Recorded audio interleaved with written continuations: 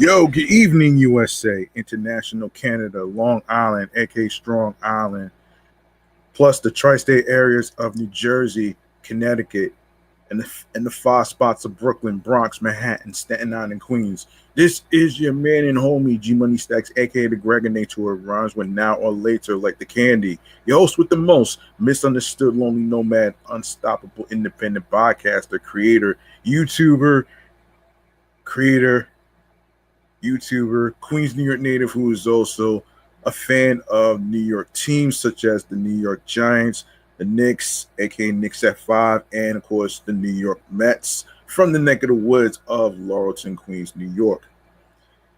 You are now rocking with me by listening and watching the 132nd episode of the Sports Edition show. Excellent, fun, vibrant talks podcast. Live and direct from StreamYard alongside with YouTube and, of course, the comfort of my room where I do my podcast recordings. And this is the place where I actually talk about what's going on in the news of football, basketball, baseball, you just name it. I try to do as much as I can to spread my horizons. And, of course,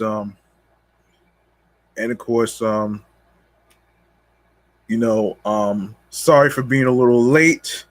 I had to make sure I was fully energized with some dinner, and of course, I have a little correction I want to make actually before I get into where you can watch the episodes and stuff like that. So today's game was at 3:00. It wasn't going to start at 7:20. It wasn't going to start at 7:25. The one that's coming on at 7:25, that's for the other baseball game. I believe it's the Cubs and the other opposing teams that's doing that time. And for those who may not know, no, there was no Gary, Keith, and Ron. It was Todd Zeal of SNY alongside with Jeff Plum and along with Mike Vagersian that was in the booth today. All right. So just to let you know, it was on NBC today. All right. And yeah. Also, if you like the episode, if you like the sports topics that I'm talking about here, and including what's going on with the Mets, what's going on with the New York Giants, what's going on with the Knicks and all that other stuff, I cover all of that, depending on the specific topics and stuff on some of the sports websites that I choose. I mostly choose random topics in sports. So yeah, anything that doesn't get included in this episode, I will try to circle back on them in one of the following episodes. All right. And speaking of which, make sure you click on that subscribe button on the sports YouTube channel page. Leave a like, and if you like the sports topics that I'm talking about in each episode, go ahead and share your thoughts in the comments section. And of course, click on the notification alerts so you'll be notified on when I'll be on the air live with more new topics in sports and of course, new podcast episodes and live streams. All right. So there you go. All right. Now to get into some sports topics and stuff. One of the topics to talk about is in regards to a former baseball player who played for the Mets, wore number 42. Has passed away. I'll talk about that and alongside with some other stuff. All right. So let's get started with the segment right here. The quick side bleacher bar. Let's do this.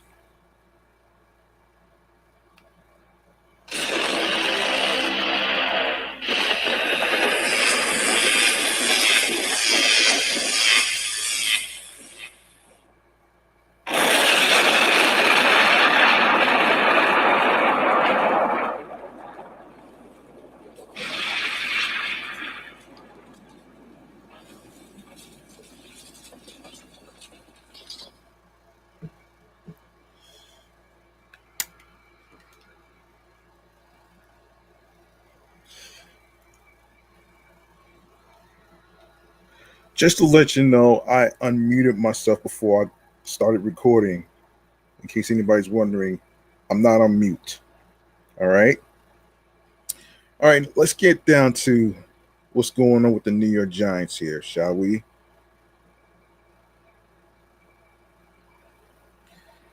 Okay. According to Sports Illustrated, here's what's happening here. The New York Giants may have overhauled the supporting pieces of their roster this offseason, but they are not done building a contender. A few of their roster repairs, including the interior of the defensive line, were short-term solutions. Veteran signings DJ Reader and Shelby Harris are both at least 32 years old.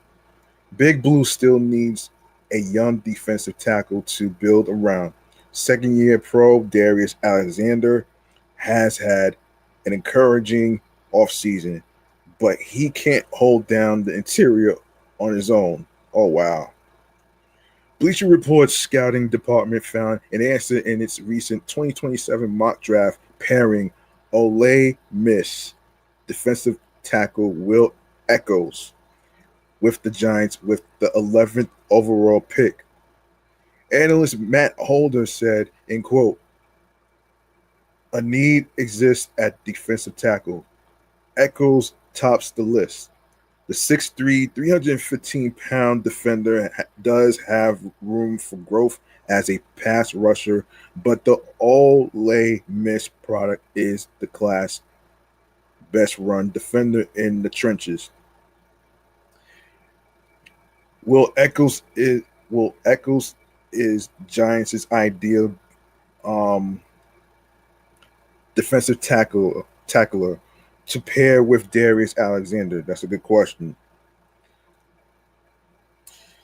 In 2025, the Giants allowed the second most rushing yards in the NFL and the most EPA per rush attempt.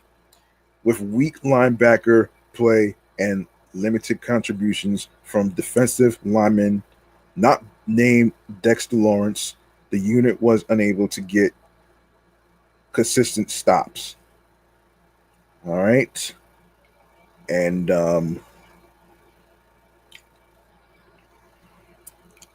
Reader, along with linebackers Tremaine Edmonds and Arvell Reese, will help solve the problem in 2026. Still, the Giants could use another run-stopping defensive tackle. Echols is one of the best run stuffers in college football. He produced 30 stops last season per Pro Football Focus, and his run defense grade of 82.4 ranked fifth among all qualifying FBS interior defensive linemen. The Ole Miss defender can contribute as a pass rusher too. In 2025, he had 5 sacks and 5 pass deflections. While his strong anchor is his best quality, Echols has enough burst off the line of scrimmage to knife through gaps. His athletic profile suggests that he could take a major step forward in pass rushing production this season. Echols offers positional flexibility. Last season, he took 108 snaps as a nose tackle and 434 snaps as a 3 technique defensive tackle. That versatility would make him a perfect fit for the a perfect fit with the Giants. He could become a valuable part of the Giants' defensive line rotation. The interior of the defensive line is set to be one of New York's most pressing needs next offseason, especially if Alexander fails to reach his breakout potential. Walking away from the 2027 draft with Echols would be a phenomenal outcome for the Giants. All right. And let me see. Let me see. I don't know if I covered this. I don't know if I covered this one. But hold on a second. I don't know if I covered this one actually. Hold on a second. Let me take a look.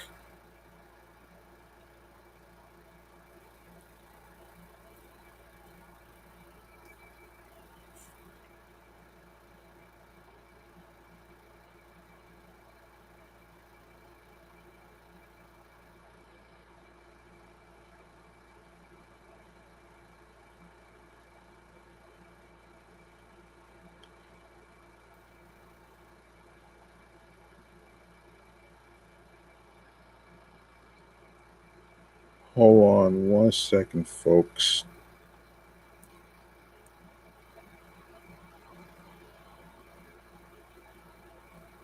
Just a sec. I'm trying to remember.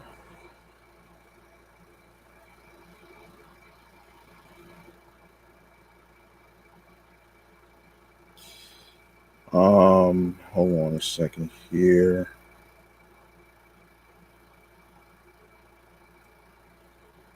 The person.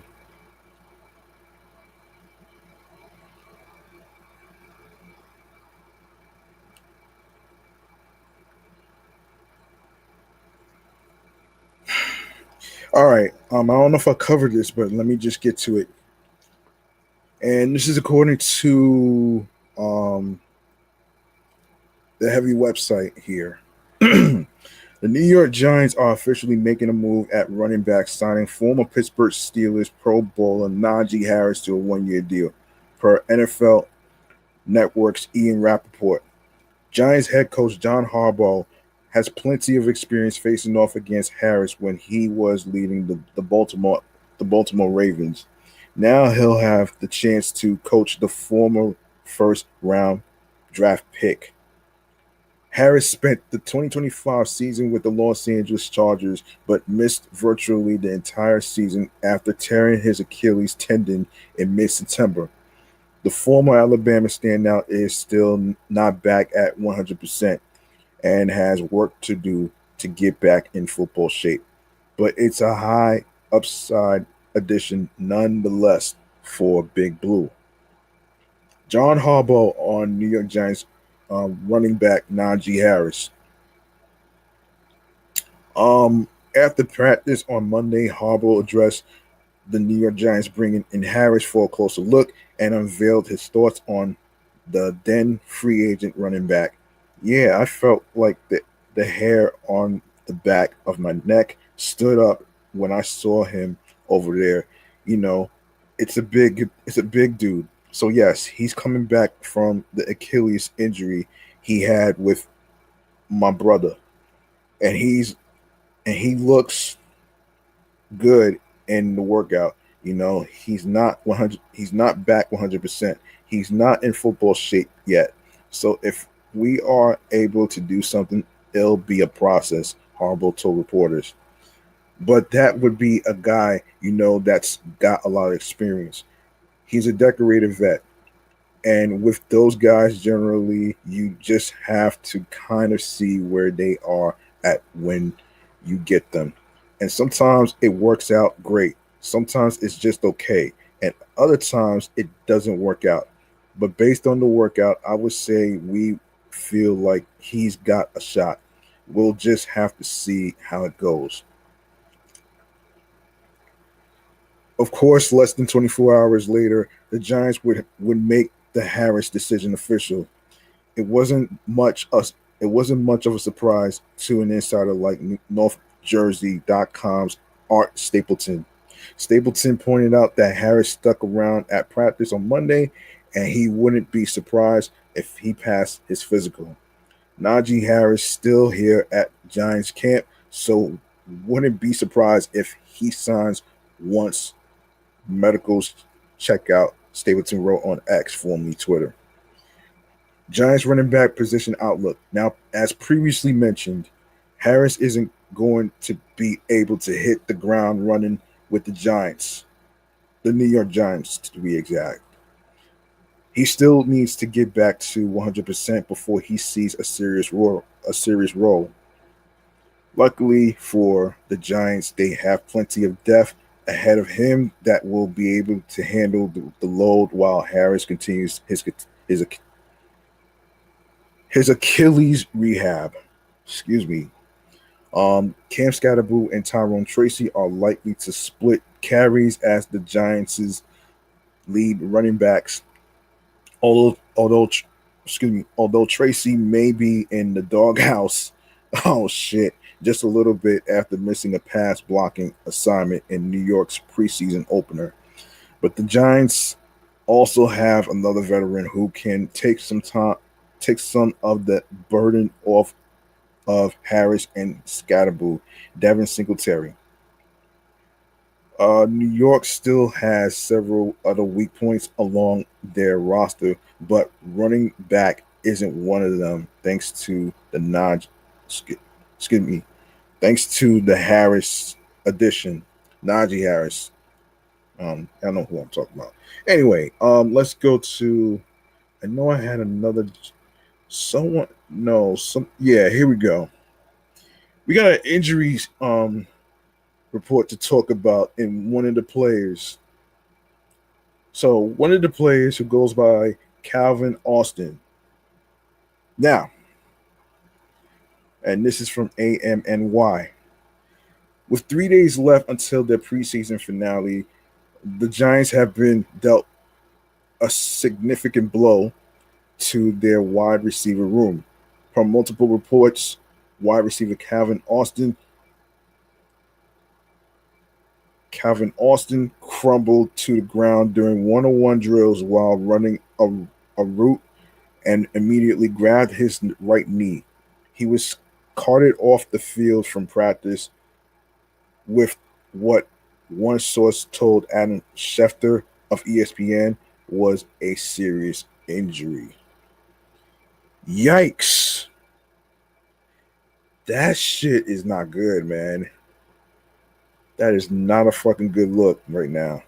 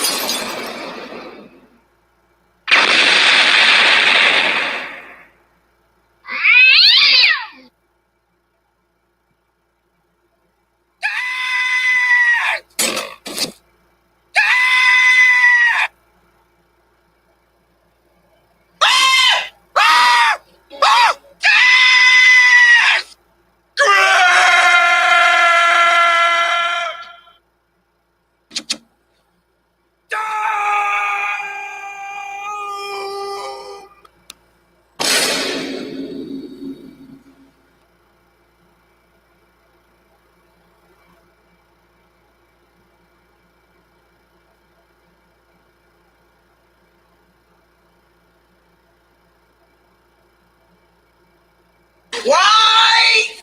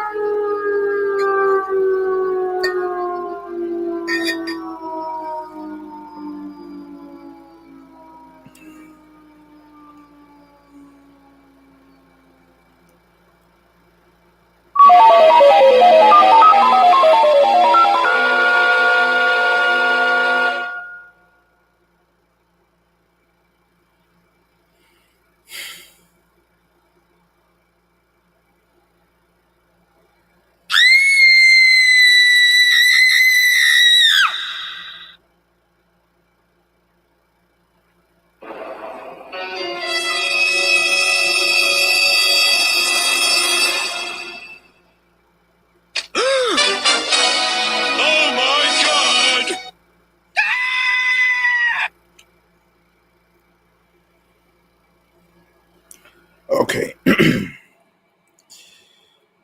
Yeah. Yeah, that's wow. Hmm.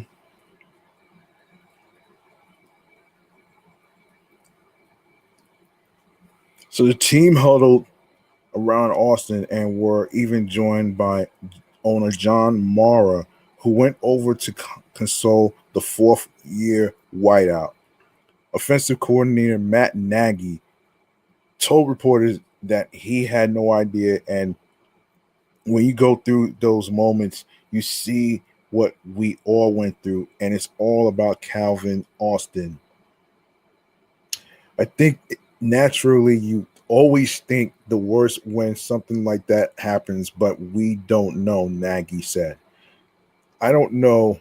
So all I'm going to do is go in Go in there and tell him I love him and appreciate everything about him and hope he's okay. And back at practice tomorrow. Austin signed a 1 year, $1.5 million deal with the Giants to be a key member of John Harbaugh's offense.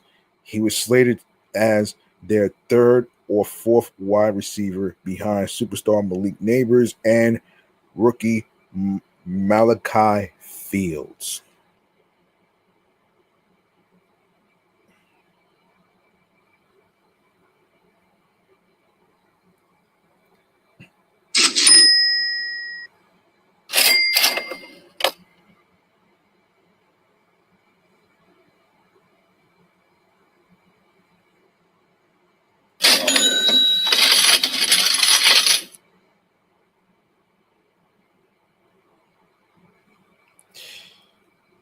Yeah.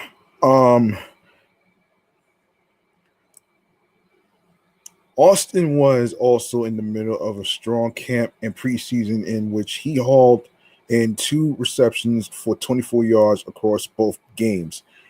But if Austin is out of the equation, the Giants will need either Odell Beckham Jr. or Braxton Berrios, who has looked sharp throughout camp and on special teams to step up, excuse me.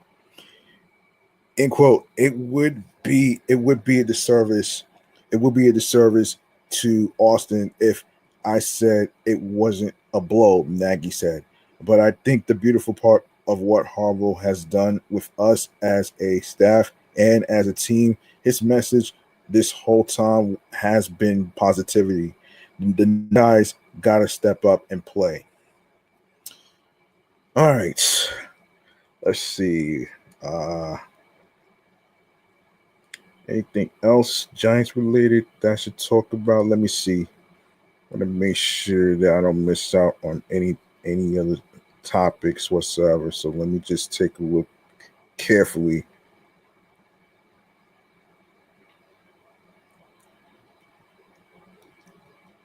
Just take a look carefully though. Hold on.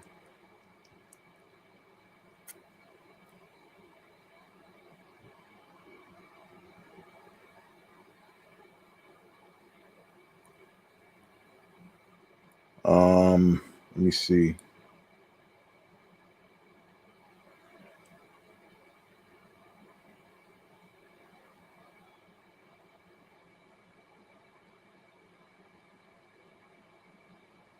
I think that's it for the Giants, but let me see. Let me see something here.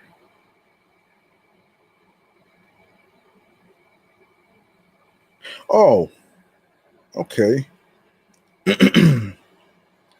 So, all right, so 3 takeaways from the Giants' 26-3 preseason win over the Dolphins on Saturday afternoon in Miami.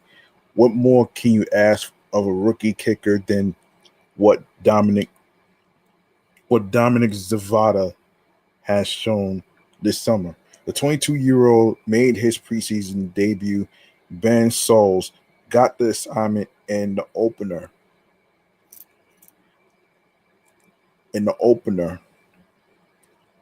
and handled everything that came his way. He hit field goals of 43 to 32 yards and both his extra points in the first half. He also looked comfortable on kickoffs, getting the ball to the goal line. Saul hits the field goals 27 and 37 yards in the second half.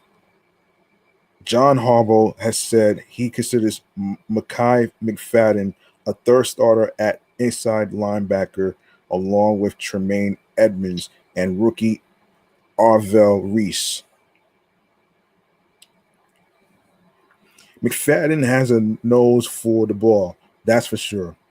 He was on the spot to recover a fumble by wide receiver Jalen Wright and later came away with a sack of quarterback Cam Miller. It looks as if the Giants have depth at this spot. Cornerback Deontay Banks did not start. Paulson Adebo and Greg Newsome II, likely the starters on opening day, were on the field, but he continued to make progress toward earning a spot on the roster. All right. On the first play of the second quarter, Banks had a strong pass breakup on Kevin Coleman Jr., using his physicality to force the incompletion. Banks did the same in run support, tackling running back Ali Gordon II for a 1 yard gain. All right. Now, let's see. All right. Let's go on to let me see if I have anything more Giants related and stuff to talk about. Let me make sure I don't miss out on anything. Let me make sure I don't miss out on anything. Hold on. What the hell?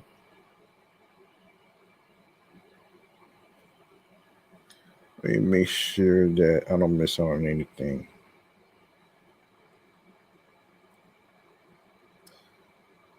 Yeah, I think that's it. I think that's it for the Giants. Let me see. Hold on.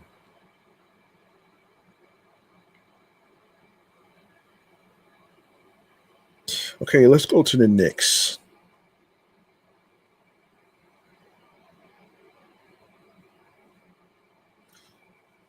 Okay, let's go to the Knicks, shall we?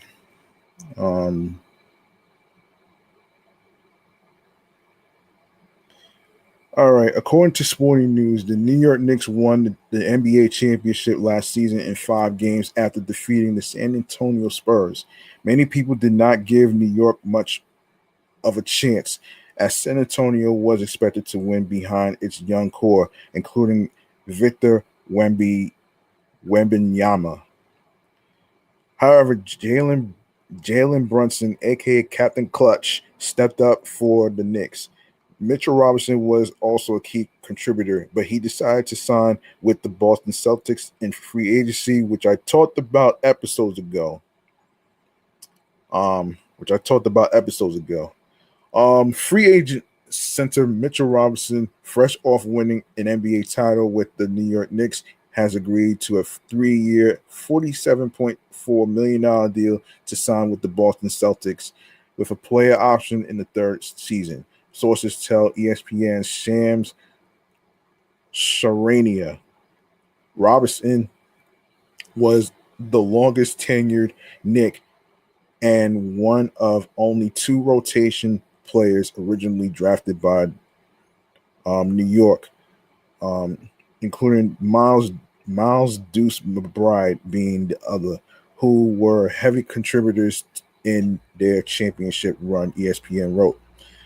This offseason has not been kind to the Knicks when it comes to finding a backup center.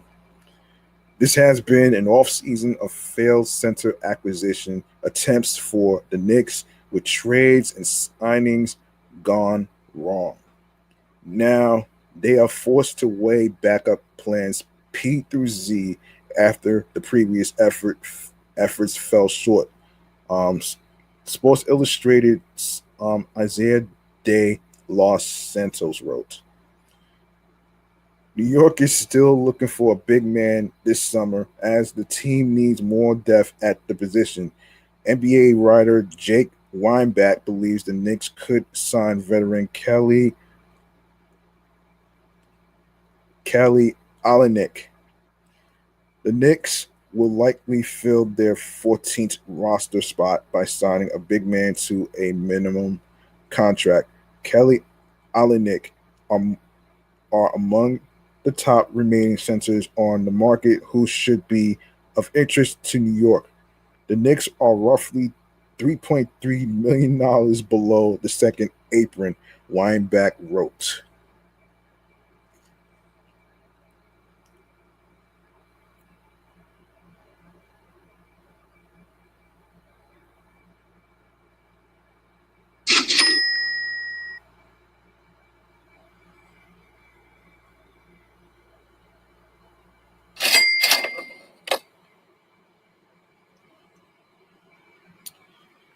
This would be a strong addition for New York as Alenick can do a little bit of everything. He can play inside when needed and knock down shots from beyond the arc. Alenick also just lost to the Knicks in the finals, so joining the team he fell to could be an interesting twist. The veteran center has made $121 million throughout his career so far. New York currently has Andre Drummond as a backup, but if he is unavailable, the Knicks could need Alenick in a big way. This would also be a relatively low cost move for New York. All right. Let me see. Before I forget, let me make sure I cover this one right here.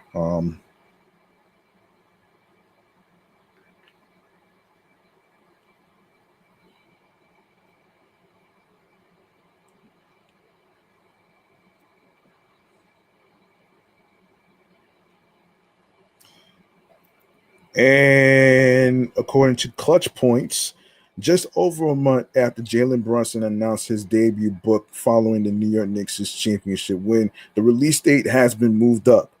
An initial announcement of release date wasn't shared, but the 2026 NBA Finals MVP said it come out next year in 2027. However, that is no longer the case.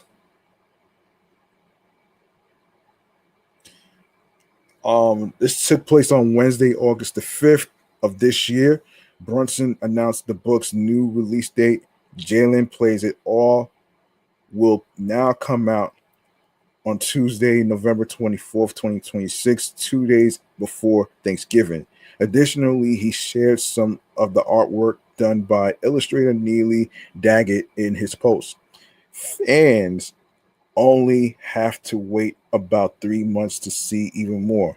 In quote, I'm excited to announce that my upcoming children's book has a new earlier release date of November 24th, 2026. Yes, November of this year, he wrote. I can't wait to share more about this special project soon, but in the meantime, swipe to get a sneak peek of some of the amazing art by the book's illustrator, um, Neely Daggett.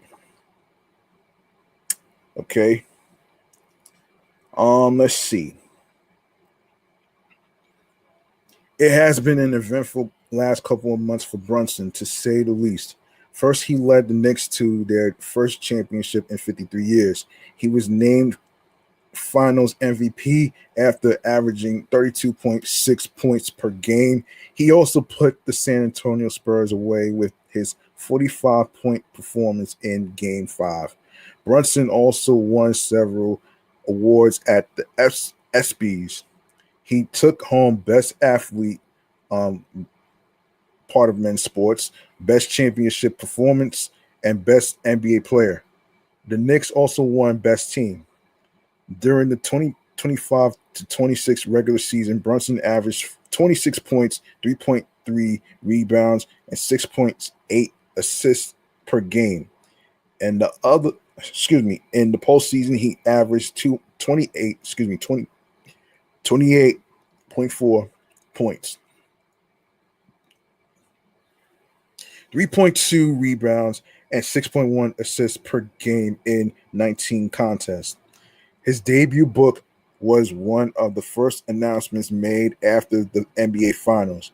He is riding the wave of his recent success, and the Knicks are hoping to repeat during the 2026 to 27 season. Yeah, let me see if there's anything else. Let me make sure I don't miss out on any other let me make sure I don't miss out on anything else. Actually, let's see.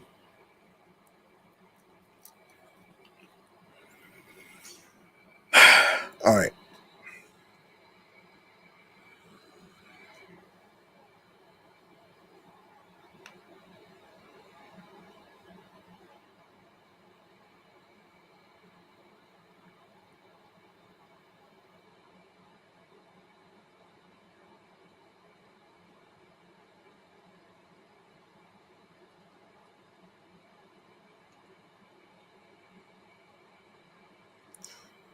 Hold on 1 second here.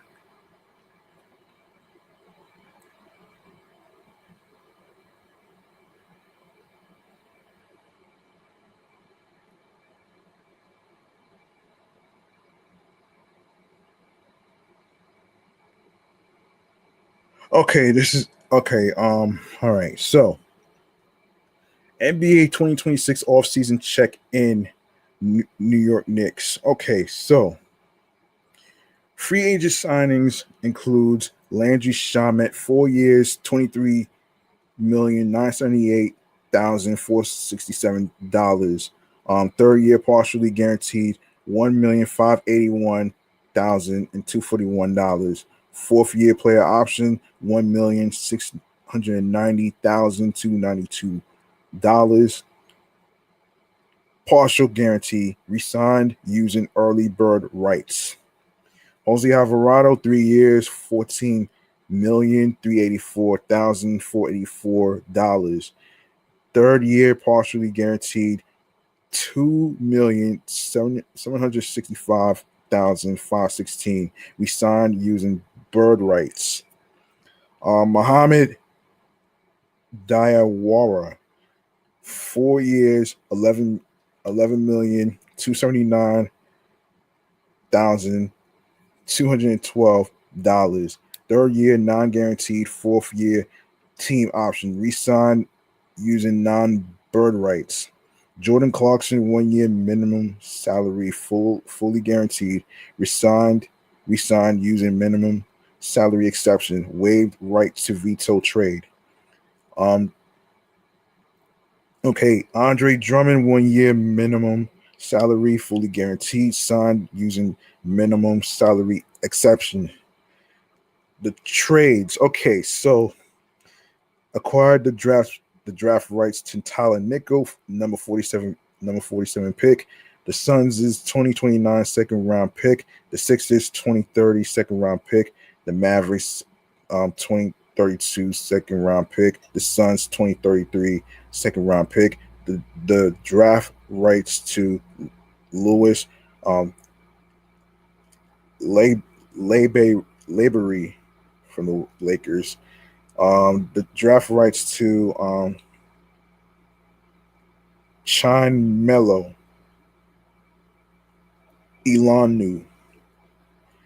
The draft rights to Melvin Ajinka from the Mavericks, and cash from the Suns, Mavericks, and Lakers in a 4-team trade in exchange for the draft rights to Cameron Carr, number 24 pick to Lakers.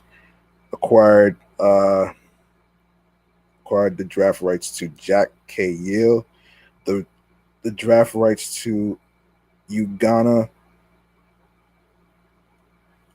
on Yenso, number 53 pick, the draft rights to Mojave King, and the Kings' 2029 second round pick from the Rockets in exchange for the draft rights to Bruce Thornton, number 31 pick, and the draft rights to Nick Martinelli,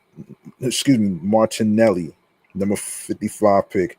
Acquired cash, $2.5 multi-million dollars from the Pistons in exchange for the draft rights to Ugana on Yenso. Oof. Okay. Damn. Anyway, and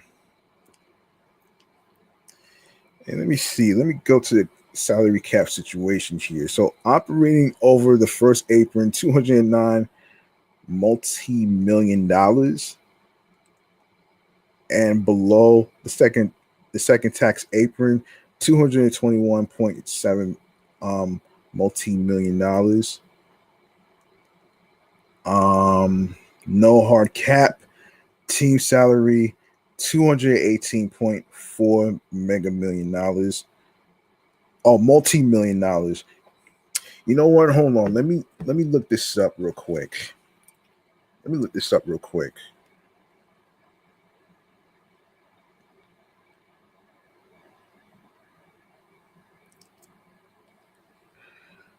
All right, hold on.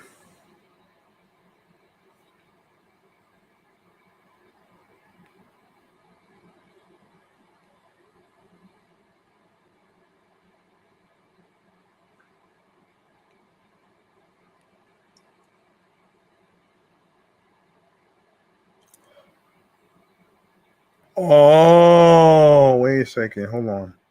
Wait a minute. Wait a minute. Wait a minute here.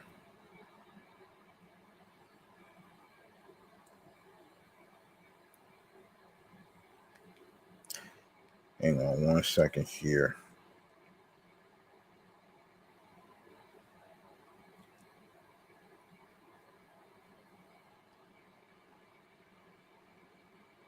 So 1,000 times 1,000, which equals a 1 million. Okay. Yeah, double million. Yeah. Okay. Okay. And hang on, another thing.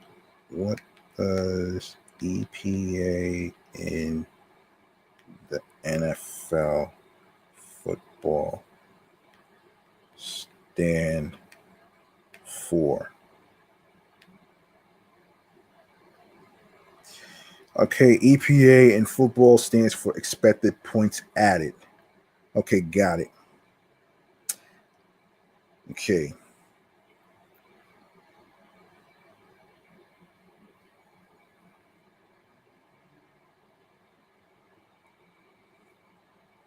Okay.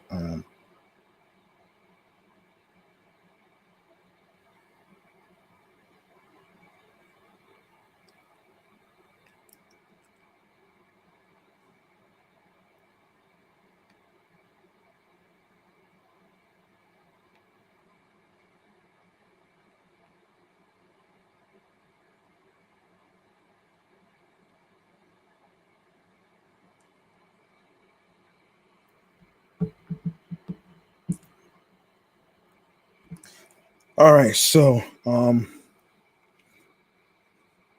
yeah, as I was saying, okay, so yeah, team salary 218.4 million. Yeah. Anyway, above luxury tax line by 18 18 18 million $18 million above first apron by $9.4 million below the second apron by $3.3 million. Taxpayer mid-level exception available. Two traded player exceptions frozen unavailable. Largest worth 899 K, which is $899,000. The off season so far, shortly after winning their first NBA championship in 53 years, owner James Dolan said the Knicks had no intention of surpassing the second tax apron in 2026 to 27, despite facing no cap related restrictions that would have prevented them from re signing all of their own free agents if they wanted to. 2+ months later, Dolan's edict remains in place. New York's first cost cutting moves came during June's draft, when the front office moved down multiple times after initially starting with the 24th overall pick on Cameron Carr. The Knicks received number 47 Tyler Nickel, four future second rounders, and $5 million in cash in what was completed as the 4-team trade. The team's second and third offseason trades also occurred during the draft, having dealt the 31st Bruce Thornton and 55th Nick Martinelli. selections to Houston for the 39th, Jack Cahill, and 53rd, Uganda Onyenso picks, and a future second rounder. In a separate deal, New York traded Onyenso. Hold on. New York traded Onyenso to Detroit for $2.5 million in cash. German guard Cahill showed promise during summer league action and made it clear his preference was to play in the NBA as soon as possible. But a buyout clause in his previous contract reportedly made that difficult, and he ended up signing a 5-year deal with ALBA Berlin, which means he'll be a draft and stash prospect for the upcoming season. The Knicks entered free agency knowing they would have their entire starting lineup still under contract in 2026 to 27. But they also had 10 reserves: Mitchell Robinson, Landry Shamet, Jose Alvarado, Jordan Clarkson, Mohamed Diawara, Ariel Hukporti, Jeremy Sochan, Trey Jamison, Dylan Jones, and Kevin McCullough Jr. set to hit the open market. Alvarado and Shamet were willing to accept team-friendly contracts to try and defend New York's title, with fellow veteran guard Clarkson returning on a minimum salary deal. The Knicks were also able to re-sign restricted free agent Diawara to a 4-year, $11.3 million using $1 million deal, using his non-bird rights. Hold on, let me explain what bird rights is when it comes to basketball. Let me just look this up real quick. For you folks at home that's listening, don't even know what bird rights is. Let me just break this down for you. Okay, what is bird rights in the NBA basketball league? Okay, bird rights are a salary cap exception in the NBA that lets teams go over the salary cap to re-sign their own players. So that's pretty much what that is, actually. Hang on. That's pretty much what that is. So how it works. A player earns these rights based on how many consecutive seasons they play for the same team without changing teams in free agency or clearing waivers. Full bird rights is 3 years, earned after 3 straight seasons. Teams can offer the player a max contract for up to 5 years, even if the team is over the salary cap. Early bird rights, 2 years, earned after 2 straight seasons. Teams can offer up to 175% of the player's previous salary on a deal lasting 2 to 4 years. Non-bird rights is 1 year, applies to players who play just one season with a team. Teams can offer up to 120% of their previous salary or the minimum salary. Key rules: trades. If a player is traded, their bird rights move with them to the new team. The new team can use them when the player's contract ends. Not transferable in free agency. If a player leaves in free agency and signs with a new team, their bird rights reset, and the new team does not get them. If you want, I can explain how bird rights affect team salary, luxury taxes, or give an example of a specific player who used them. I'm going to save this for another time. Actually. So I'll save this for another time. So yeah. So there you go. That's a breakdown of how bird rights works. All right. So However, while Robertson was said to be very open to re-signing with the Knicks, they clearly wasn't. They clearly weren't. Well, they clearly weren't willing to pay him if it meant going over the second apron.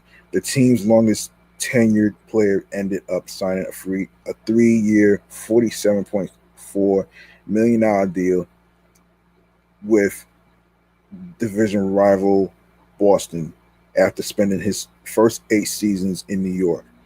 Trying to replace Robinson's elite offensive rebounding, screen setting, and versatile defense with little flexibility to sign external free agents was a tall order for the front office.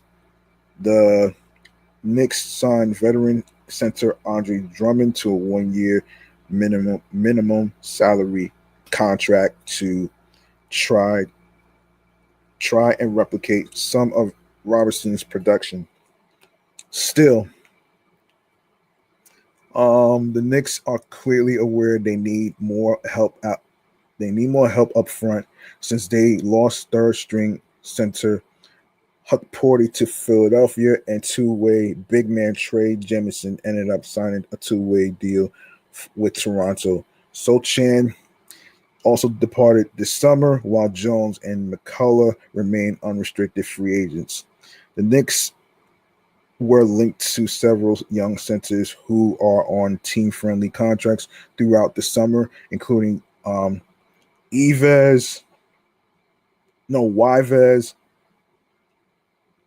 Yves or Eves, how you pronounce his name, Missy and Carlo Matkovic of the Pelicans, as well as Hornets center Musa Diabate. New York tried to pry um, Musa Sisse away from Dallas, having signed the restricted free agent center a 2-year minimum salary offer sheet, but the Mavericks matched that deal. Well, so there you go, right there. All right. So pretty much what that is actually. Speaking of centers, I want to get to another person that the Knicks should keep an eye on. Hold on. There's another person I want to actually get to. Yeah, so so this is so with a few teams turning the Knicks away on the center front, New York now needs to identify which other franchises could offer a potential big man solution. In recent weeks, the Blazers have emerged as a possible helper on that front, as they seem to be lukewarm on new arrival Micah Potter. Potter is a cut candidate given his non-guaranteed contract, which could spring the Knicks into action if he's released this preseason. Excuse me. But even if Potter is let go, Portland will still have a glut of bigs that could make someone else expendable down the line. And hold on. And looking at the current names in PDX, Brandon Carlson stands out as a realistic center New York could pursue in the near future. Brandon Carlson is a sneakily great Knicks trade target later this season.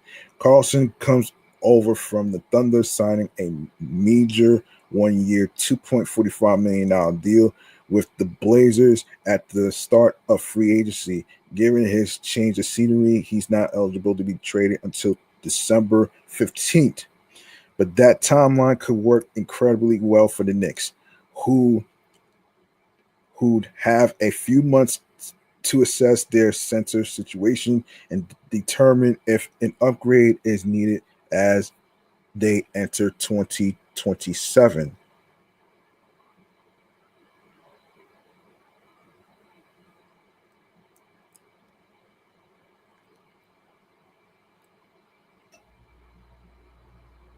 Hmm.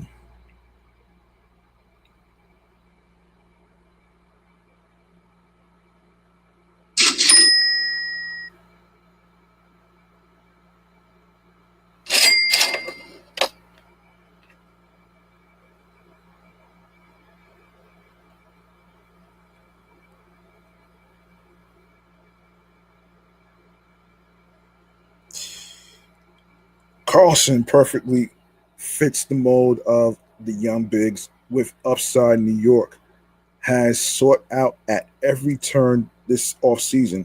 As a rookie, he posted 3.8 points per game and 1.7 um 1.7 hang on 1.7 RPG, whatever that means. Let me look this up real quick.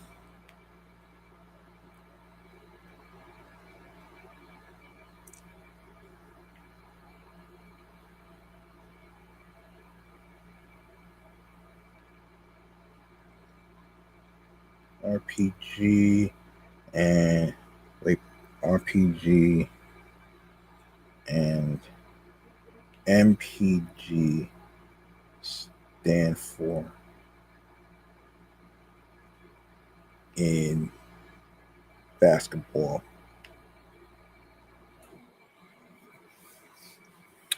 Rebounds per game and minutes played per game. All right, so points per game, rebounds per game, and minutes played per game. Gotcha. Gotcha. So, yeah, 1.7 rebounds per game in just 7.7 minutes played per game. Okay, got it. His numbers only improved with a tad more playing time last season, and that will be 11.6 minutes per. Hold on, minutes played per game. There you go. All right. Notably, his efforts in 2025 to 26 earned him a per 36-minute projection of 17.9 points per game and 9.1 rebounds per game, plus 2.0 blocks per contest, hinting at a truly exciting talent who could thrive with a larger community. Let me see. Unfortunately, he won't get that opportunity in Portland. Damn. The Blazers not only have beloved young big Donovan Clingan down low, but also re-signed Robert Williams III to a 3-year deal with $43.5 million guaranteed. So the latter is going to get his fair share to be exact, his fair share of playing time as well. That's not even to mention number 16 overall pick in the 2025 draft, Yang Hansen, who needs minutes to develop and be worth the investment. Uh, with Carlson receiving little salary and just 1 year on his deal, there's zero incentive for Portland to roll out the red carpet for him. The fact that they didn't commit more to him makes it clear his job security is minuscule, and thus sets up an early breakup, especially in case the Blazers would like something in return for him before risking losing him for nothing as a restricted free agent next summer. Assuming that does become the case, the Knicks are set up especially well to make both Carlson and Portland happy. For the young big, he could join New York as its clear third center for a playoff push and a pathway to minutes in big moments. Um, there'd be a possible future for him in the Big Apple as well. since Andre Drummond is far from a lock to stick around past this season. Meanwhile, the Blazers could offload a player who's a bit of a less clean fit while getting assets back in return. Leon Rose paid a very fair price for Jose Alvarado at last deadline, coughing up 2 second rounders for a player who could have been only a rental for a few months. Rose has plenty of draft ammo in his treasure chest again after this summer, which Portland could put to use near the deadline as it seeks a return to the playoffs. There's also a world where the Blazers might be willing to take on Pacom Dadiet or Jordan Clarkson in exchange for Carlson due to Shaden Sharp's meniscus injury, which will sideline him for much of the year. Either Dadiet or Clarkson offers wing help, and having the option between a more developmental talent or a proven vet for an immediate boost could assist New York in talks. It's always possible the Knicks end up swinging a trade or making a signing amid cuts in the coming weeks that eliminates the currently glaring need for a third center, and Carlson is more of a future theoretical than anything else, since a lot has to go right between now and mid-December to set up any kind of deal. But there's no denying the circumstances could be there, especially if New York opts for a less premium third string big to start the year, as that might hint at waiting to make a bigger move in the middle of the season. This makes Carlson standing in Portland one to watch throughout the coming months. Let me see. Let me see.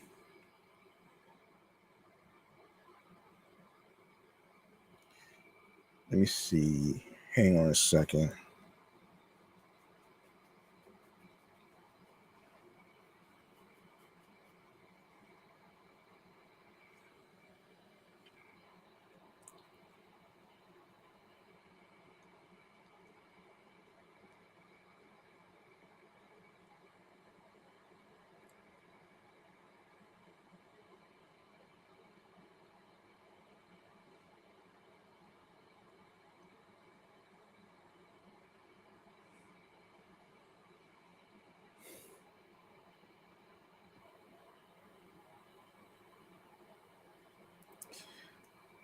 Okay. Another week, another potential center target off the board for the Knicks. This time it's Nick Richards, who was the only big man left available in free agency worth giving a guaranteed contract. Though missing out on Richards does prompt worry, it also provides some clarity on New York's approach. The team has little choice but to rely on veteran tryouts and two-way deals for center depth now, considering how a trade has been impossible for Leon Rose to pull off this summer. While a big fish like Richards out of the way, this could only increase the chances of Summer League standout Liam Robbins being brought back this preseason. Liam Robbins makes even more sense for Knicks as a two-way signing now. The primary obstacle in the way of Robbins coming back would be a higher-end third center landing in the Big Apple. Then there'd be much less emphasis on the position needed ahead of opening night, which could lead to a smaller pool of bigs being considered in training camp. Yet, so far, no such threats for Robbins have materialized. A trade with the Hornets or Pelicans both look unlikely to begin the year, and the center the Knicks tried to sign right after Summer League, Musa Cisse had his contract matched by the Mavericks to bring him back to Dallas. As a result, Robbins could have a slot at not just a two-way deal, but even competing for the third string center job on the main roster. While there are some vets left in free agency like Kelly Olynyk, Bismack, um, Biombo, and Dwight Powell, no one still available is strong enough to just be handled the job. Instead, they are going to have to earn it in a camp battle. Any well-rounded competition will also feature and eager up and comers. And Robbins provides that. He's had a taste of NBA action in his young career, playing 13 games for the Bucks in 2024 to 25, but he's still seeking out his first full campaign at this level. The 7-footer made his hunger clear in Las Vegas as he said all the right things to try and sway New York to give him a chance. End quote. I'm someone who can come in, give good energy, play D, and play the Nick way. Championship effort. Hold on. Wait, where did I? Oh, where did I see that? Oh yeah. Okay. Yeah, he said that on his X account. Yes. Yeah, so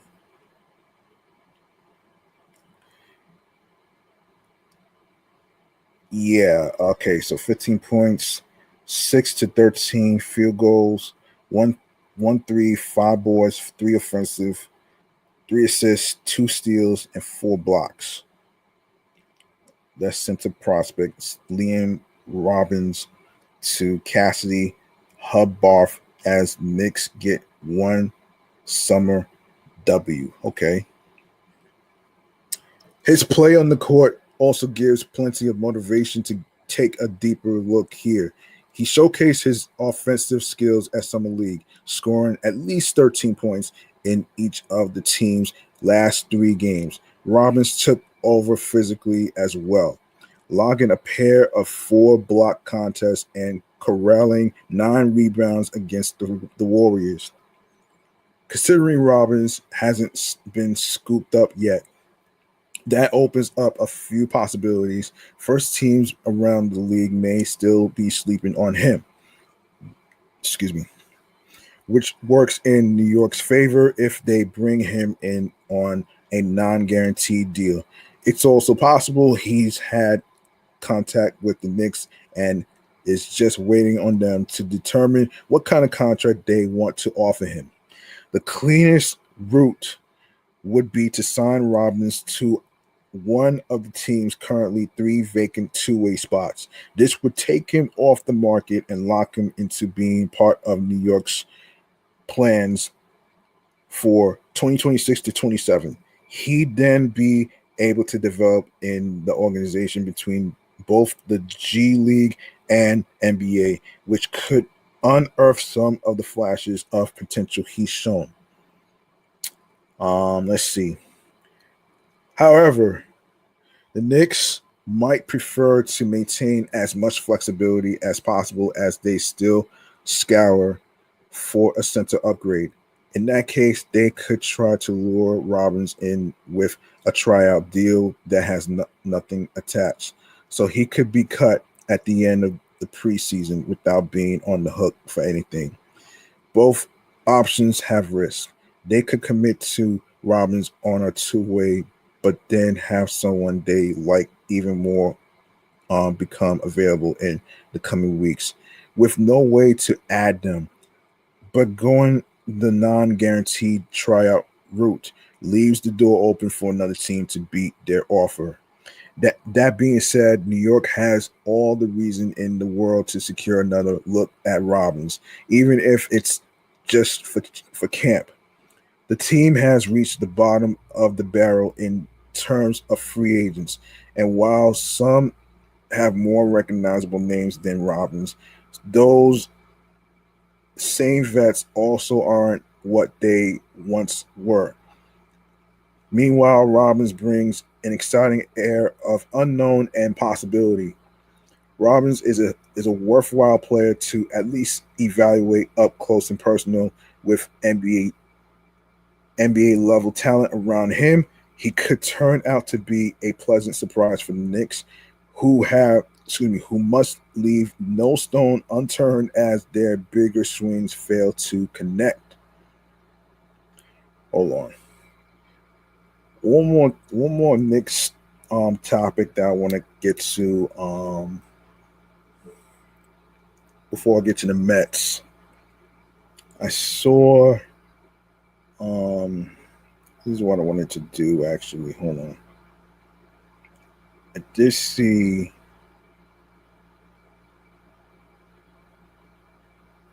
hang on a second here.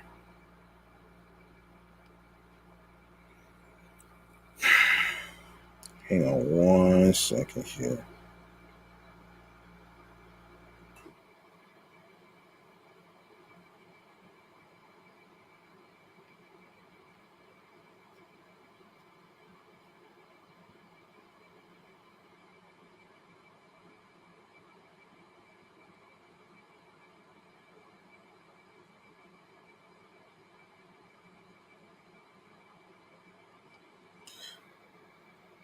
Hold on, Mackay Fields.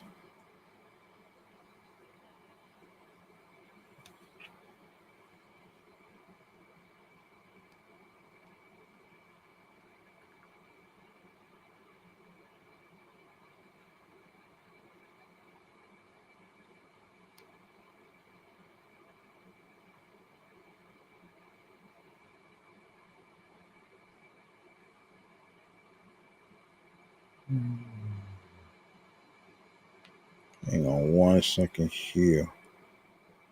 No.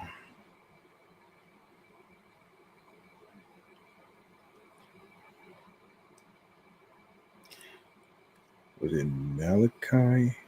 Hang on.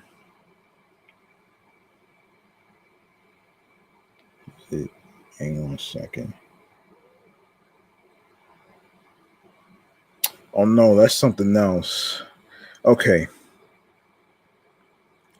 Okay. I knew that was something else. No, Mackay Porter. Mackay Porter. Yeah, Mackay Porter is his name.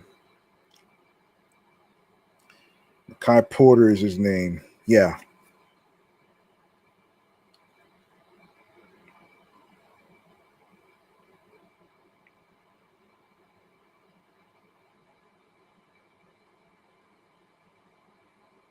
I think I did this one already. Did I? Let's see. Yeah, I think I did this one already.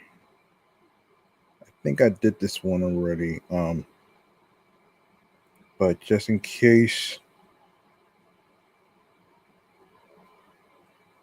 let me just do this one. No, I did it already. My bad. I did it already. All right. Let's see. There's anything else to talk about here? If I'm not mistaken. Let me see if there's anything to talk about here, and I don't think there's. All right, I'm gonna move on to some baseball news. Before I get to the Mets, before I get to the Mets and stuff, I need to talk about a former Met who wore number 42. Who wore number 42, right? Let me see if I can find it. Yes. And the former Met that I'm talking about, who wore number 42, is Butch Huskey. Butch Huskey, according to the New York Post, who was the, the penultimate Met to wear number 42 and spent parts of 5 seasons in Queens, has died, the team announced Friday. He was 54 years old. Husky died from a blood clot in his lung. The Post Dan Martin confirmed. Oh, wow. Oh, wow. Oh, wow. Wow. That is some unfortunate, scary shit, though.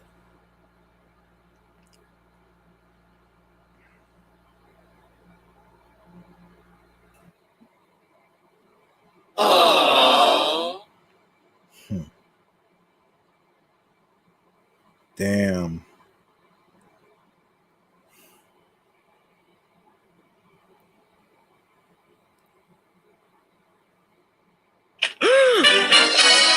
Oh my god!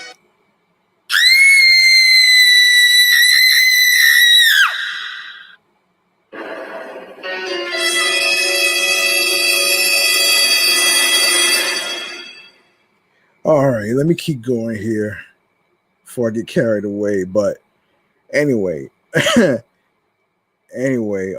me just continue where I left off here. Actually, um, yeah, that's very unfortunate, though, man. Very, very unfortunate. Let's see. And in quote, I just want to acknowledge the solemn day with the passing of Butch Huskey this morning. Mets interim manager Andy Green said, in quote, just want to send prayers and thoughts to his family. I know all of our Mets family is thinking of him and the people who love him today. Husky was the Mets' round pick, seventh round pick in 1989 out of high school, and he made his MLB debut 4 years later before going on to appear in 414 games for the Mets. While also spending time with the Mariners, Twins, Red Sox, and Rockies. He hit 264 with a 740 OPS with the Mets while playing both infield and outfield. And in 1997, he launched 24 homers. That's short for home runs, folks. Until 2016, Husky held the Mets record for most RBIs in an inning after collecting five during the sixth frame of a 1998 game against the Marlins.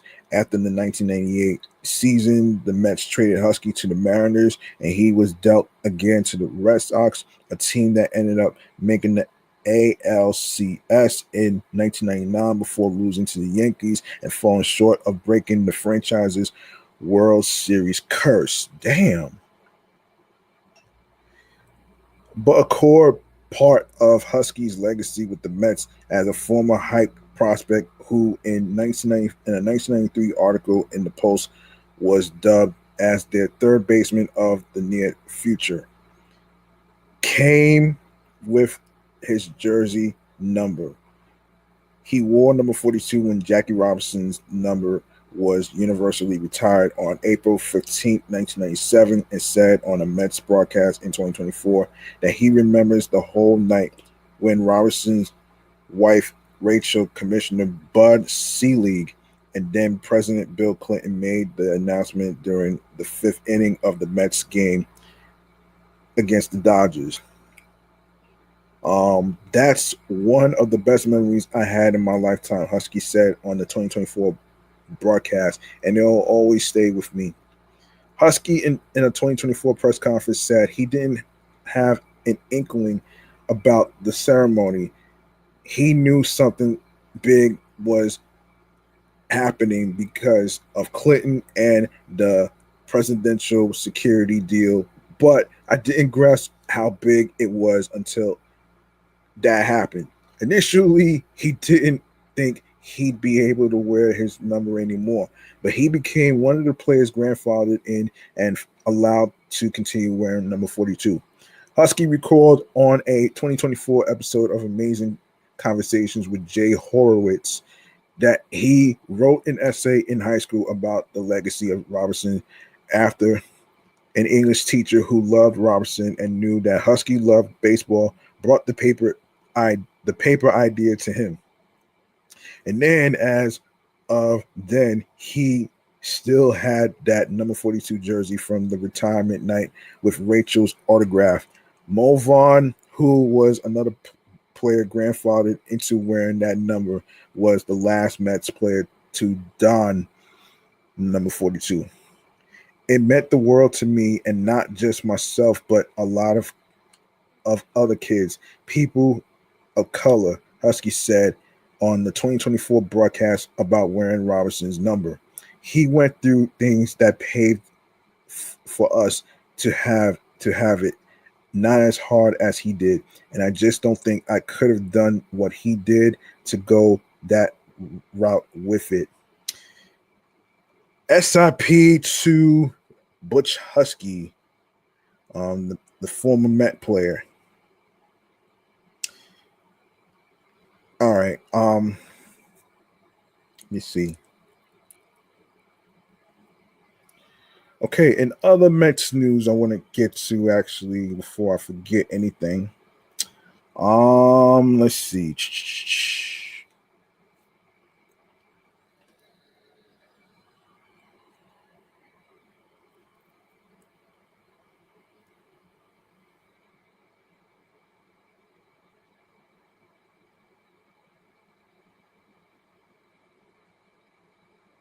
Hold on 1 second here.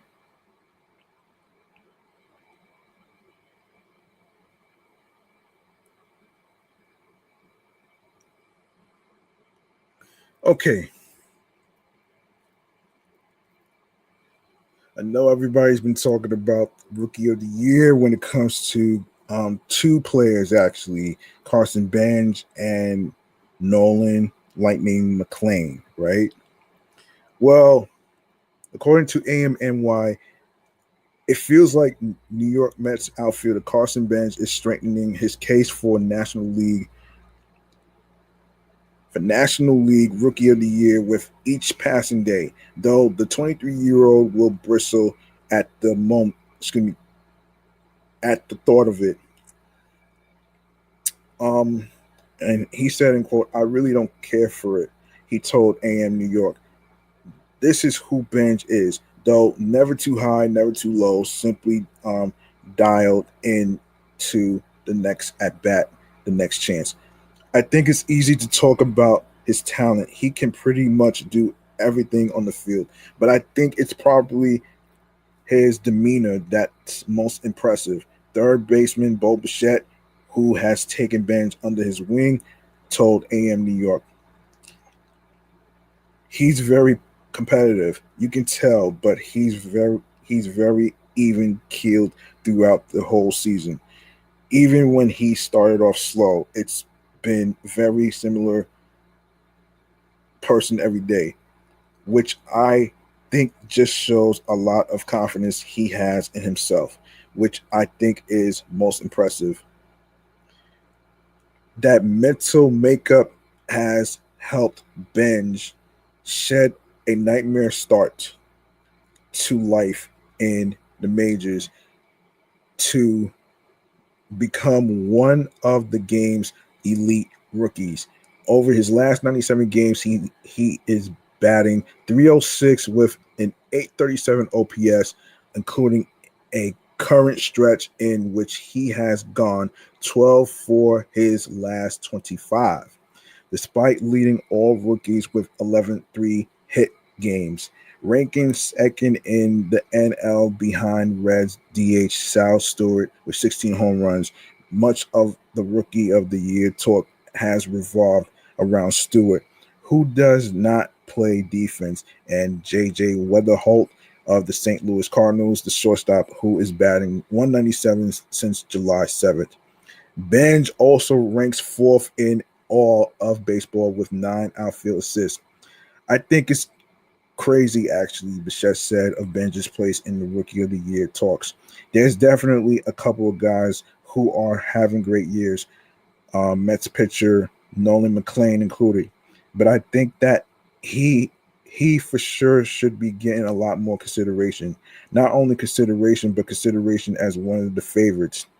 McLean has become an afterthought at times due to an inconsistent season. Yet Benj's Oklahoma State teammate leads all rookies across the majors with 168 strikeouts to go with a 3.21 ERA that ranks seventh out of 22 first-year arms with at least 10 starts this season. Nolan has to be squarely in that conversation as well. Interim manager Andy Green said, I don't know what's in the water in Stillwater, Oklahoma, but they are two unique individuals that love to compete and do it really well. Well-rounded players that impact every part of the game are what every manager wants, and you want that every single time. Carson has been that. When you look at where he's come from at the start of the year to where he is now, it's been fun to watch him take steps forward. Yeah, you know, everybody gets everybody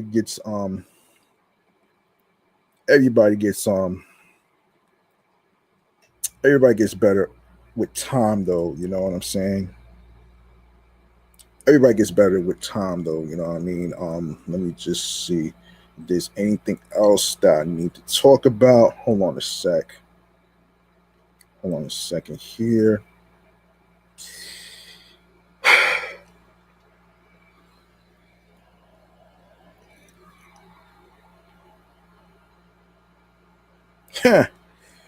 Let's do a recap of Luis Robert Jr., man.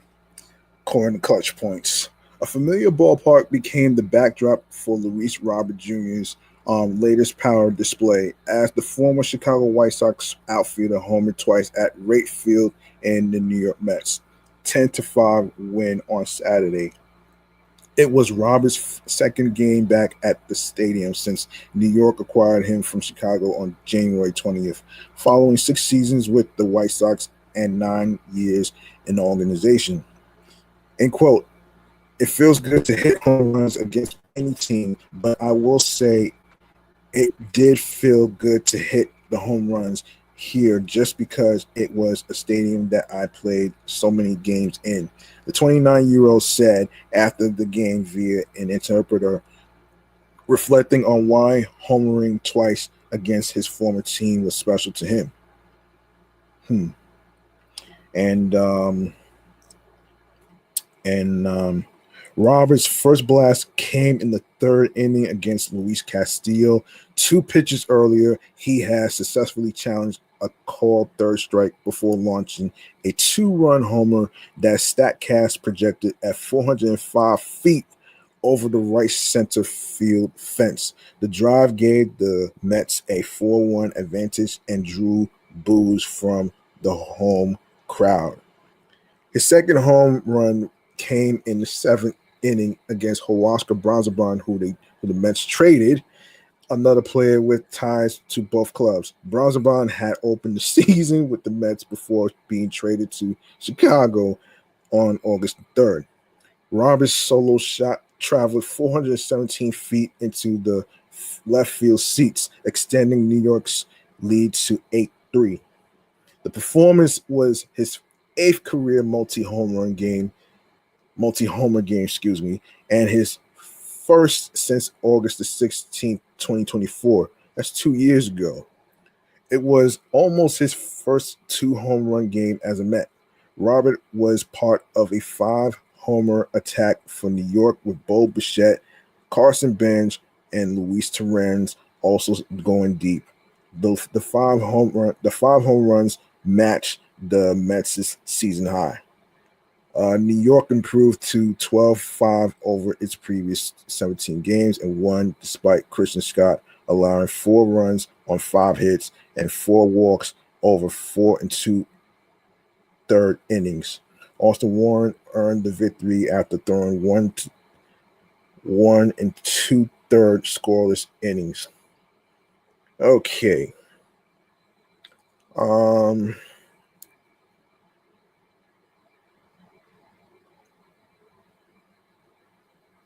let's see.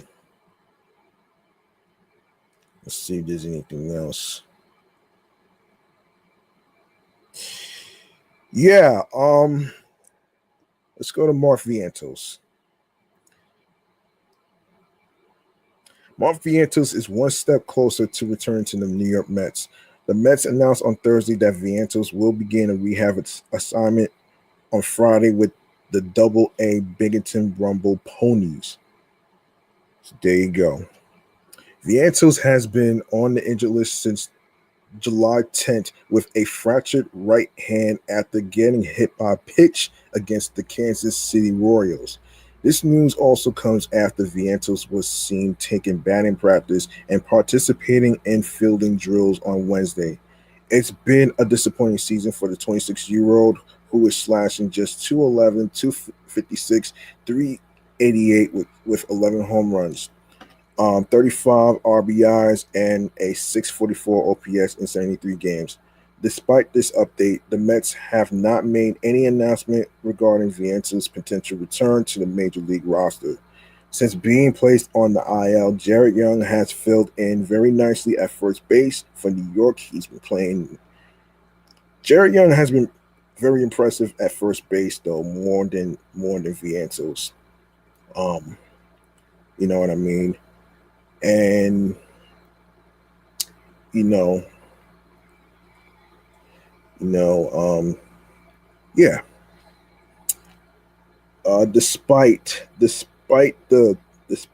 what happened in today's game, even though the Mets lost today's game against the Astros, he has been getting some opportunities. He's been doing a lot lately since yesterday's game. Since I watched him, he actually had a double, he had a triple, and he had a single. So he's been very impressive so far, man. And he's been in talks to be in the 2027 conversation. So I'll probably do that. I'll probably do that topic most likely in the next episode. So stay tuned for that. I'm gonna circle back on that one right there. Now back to Vientos. So Vientos has been on. I already did that part. All right. So through 79 games this season, Young is batting 270, 337, 447 with 8 homers, 30 RBIs, and an OPS of 784, close to 800. Young has also provided a much better glove at first base over Vientos and is a better base runner than Vientos, according to Baseball Savant. Yeah, Vientos runs very slow. Yeah, I understand that, actually. I understand that shit. And yeah. So Young's solid season has been an even bigger boost for the Mets, especially after expected full-time first baseman Jorge Polanco appeared in just 37 games this season due to. Let me just say this though, man. Jorge Polanco's goose is fucking cooked due to left Achilles bursitis, which ultimately requires season-ending surgery. And it looks like, from what I read, he's going to be on the 60-day injured list. So he's done for the season, unfortunately. So there you go. While it is very unlikely both Vientos and Young will be a part of the Mets' full-time plans at first base. Vientos' return from the shelf will provide some more depth at the position for the remainder of the season. After back-to-back poor seasons, Vientos is in danger of being non-tendered by the Mets in the offseason. And it seems like because he has no more options, he has no more option years left. He has no more option years left, actually. And I believe two people who I watched on YouTube on their podcast, actually, Ryan Finkelstein and Ryan Finkelstein on Locked On Mets podcast, and Pope from Queens Baseball Live podcast basically did an explanation on how option years work. So let me see. So let me just explain on here on how option years work.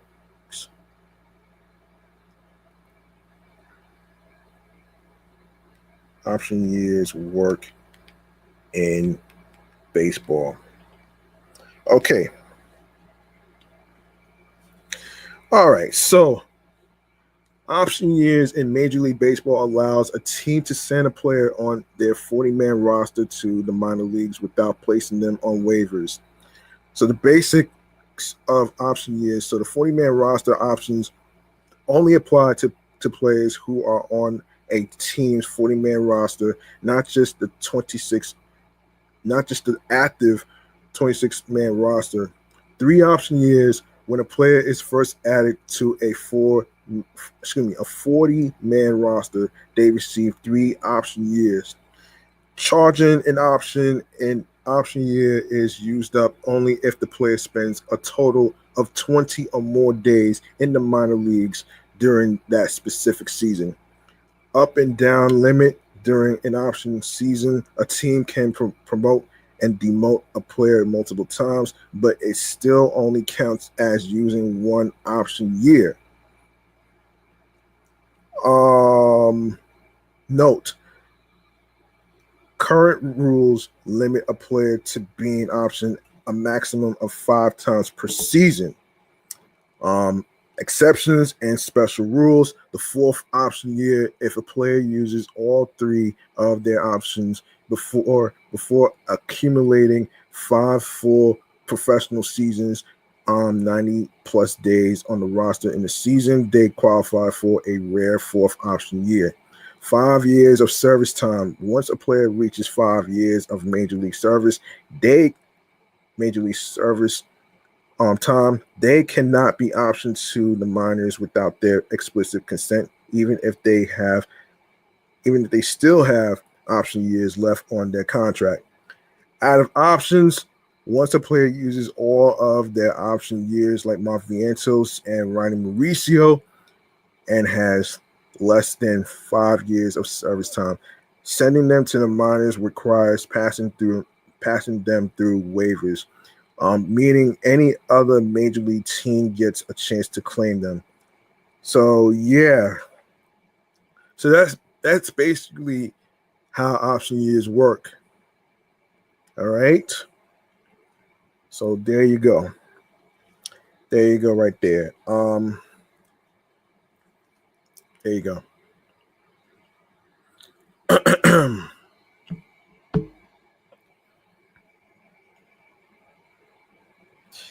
All right, so let me see if there's anything more Mets related to talk about here.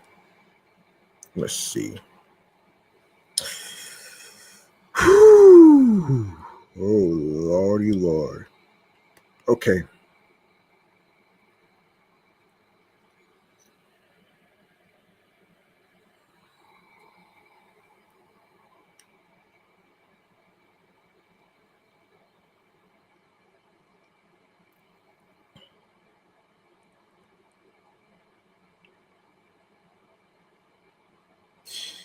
Yeah, let me just say this though.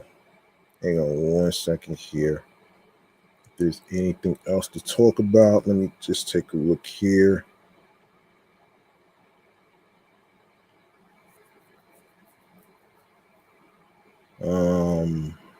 Hold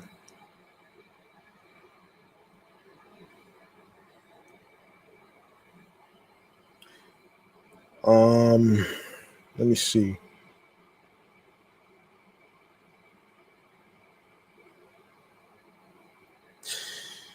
I think.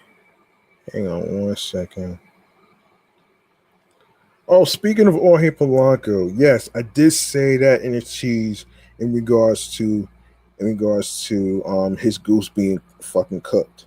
So Jorge Polanco's disastrous debut season in Queens has come to a merciful end, with the Mets placing the veteran infielder DH on the he's on the 60-day injured list with left ankle bursitis. Interim manager Andy Green revealed that the issue requires surgery, which will be performed in the near term. He battled all year this left ankle bursitis that he's had, something he didn't deal with prior to this season. Green said it's gotten to the point where he just can't get freedom from the pain. He has gone out there and grinded and tried. Um, grinded and tried. He wanted to post for this team, but it's at a point now where surgery is actually his best option, and that's the direction we're headed with this kind of alleviate alleviate this. Um, Polanco missed nearly 3 months earlier this season due to this issue, which basically made him a non-factor at the plate when he was available. Of course, 135 at bats, he batted 148 with a 431 OPS, 2 home runs, and 6 RBIs. The 33-year-old signed a 2-year, $40 million deal to join the Mets as Pete Alonso's replacement at first base, along with getting DH at bats as well. He's he's felt the burden of producing for the team, for the city, for the fans. Green said, I know that has been heavy on him at times. Just my observation from seeing him through the years and hit, watching him produce, I do think it has affected him mechanically, like the ability to load into that back foot in the way that he typically does. The initial expectation is that Polanco will be working through his initial baseball progressions by the time spring training starts.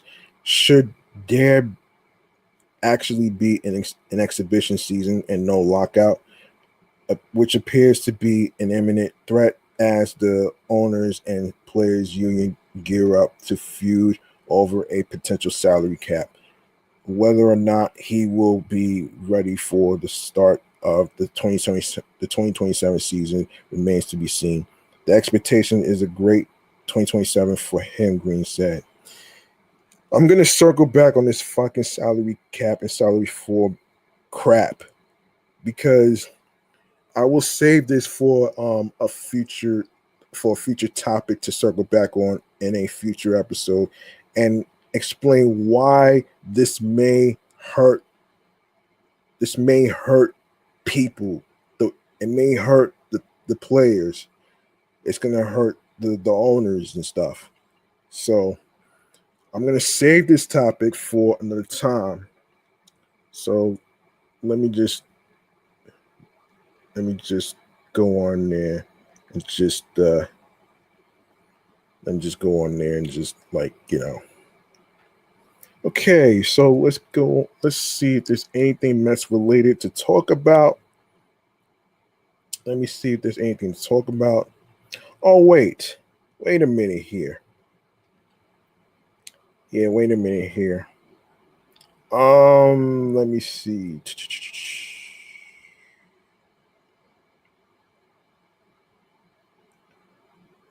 Um,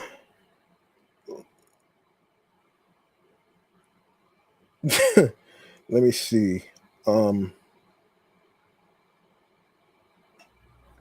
Okay, let's go to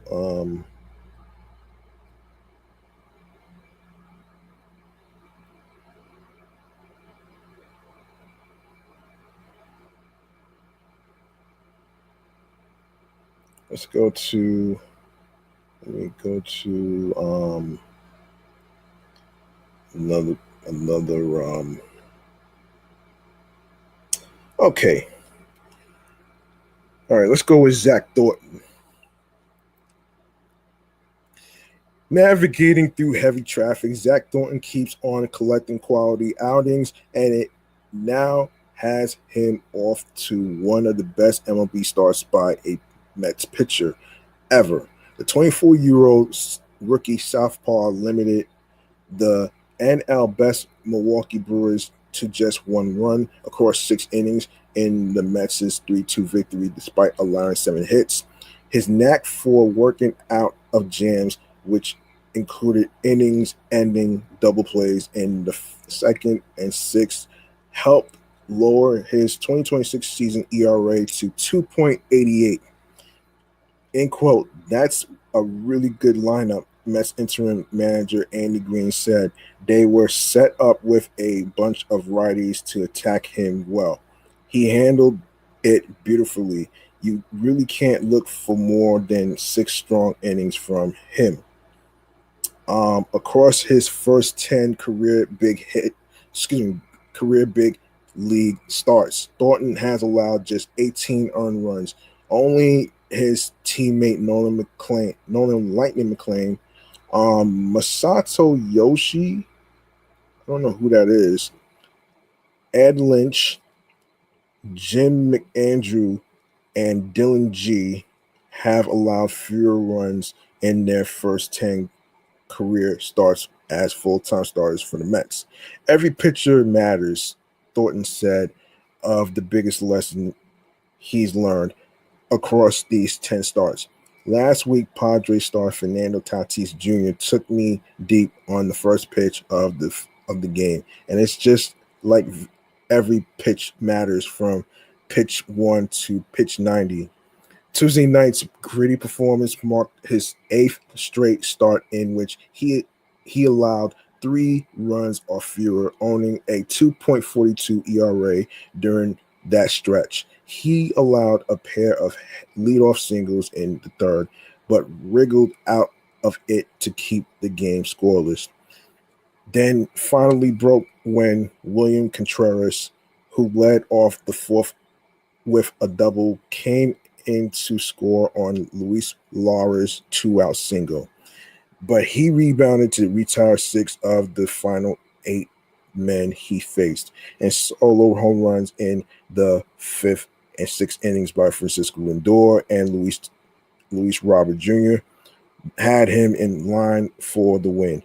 You kind of just gotta look at their swings and basically kind of find the holes yourself throughout the game, Thornton said. We have plenty of scouting reports, but we're doing our best. We're doing our hardest to miss their barrels. For me, it's always just doing what I do best, and that's throwing strikes. Austin Warren ultimately blew the save opportunity in the ninth, but not before Lindor's heroic diving catch with the bases loaded and 2 outs to preserve a 2-2 scoreline and force extra innings. Brewers third baseman David Hamilton's throwing error on a Christopher Morel grounder allowed Lindor, the ghost runner, to score the game-winning run in the bottom of the 10th. Thornton's emergence as a bona fide frontline starter has been a pleasant surprise for an organization with a ton of work to do this winter, especially in a rotation that has Nolan Lightning McClain, Christian Scott, and Sean Manaea projected to be concrete options in 2027. Jonathan could be on the cusp of leaping the big leagues full-time next season as he continues to figure things out in AAA.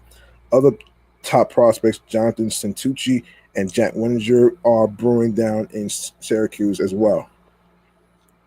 He is who we thought he was, Green said. He's a fearless competitor who doesn't care who gets into the batter's box.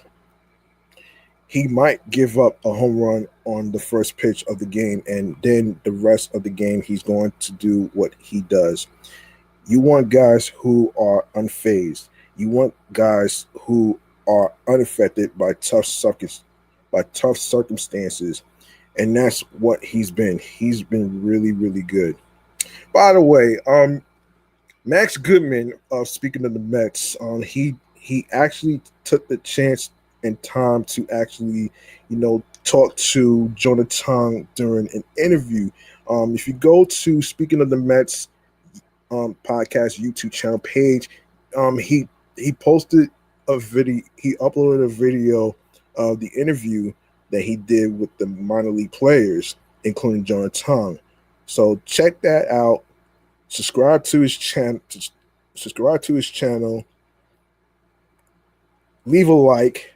Share the videos. You can even hype the video up and all that great stuff right there. All right. So there you go. And let me see. Let me see something here. All right. Let's go to. Hang on 1 second here. Whoops.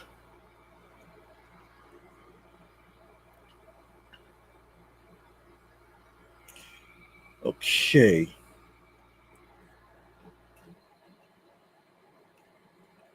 All right, let's go to another segment that I like to call the sports rundown.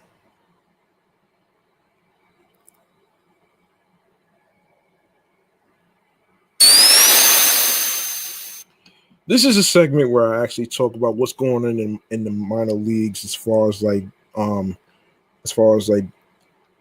double A, there's triple A, as far as like the Syracuse Mets, Binghamton Rumble Ponies, and of course the Brooklyn Cyclones. I want to take a look at let's take a look at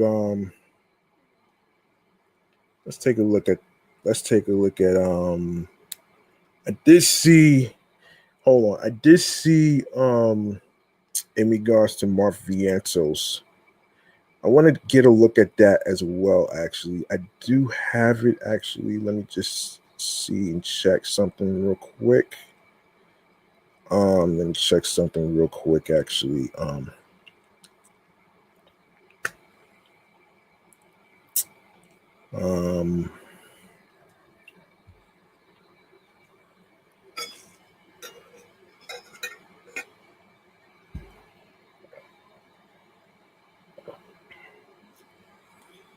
Hold on one measly second.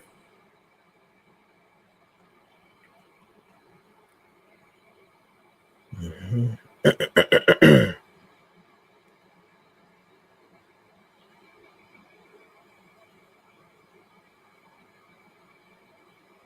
Mm-hmm.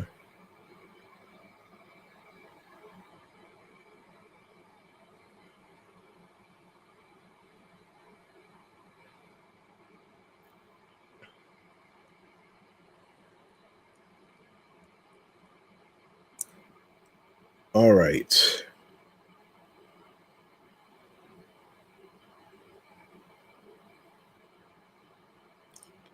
Okay, so according to hang on 1 second.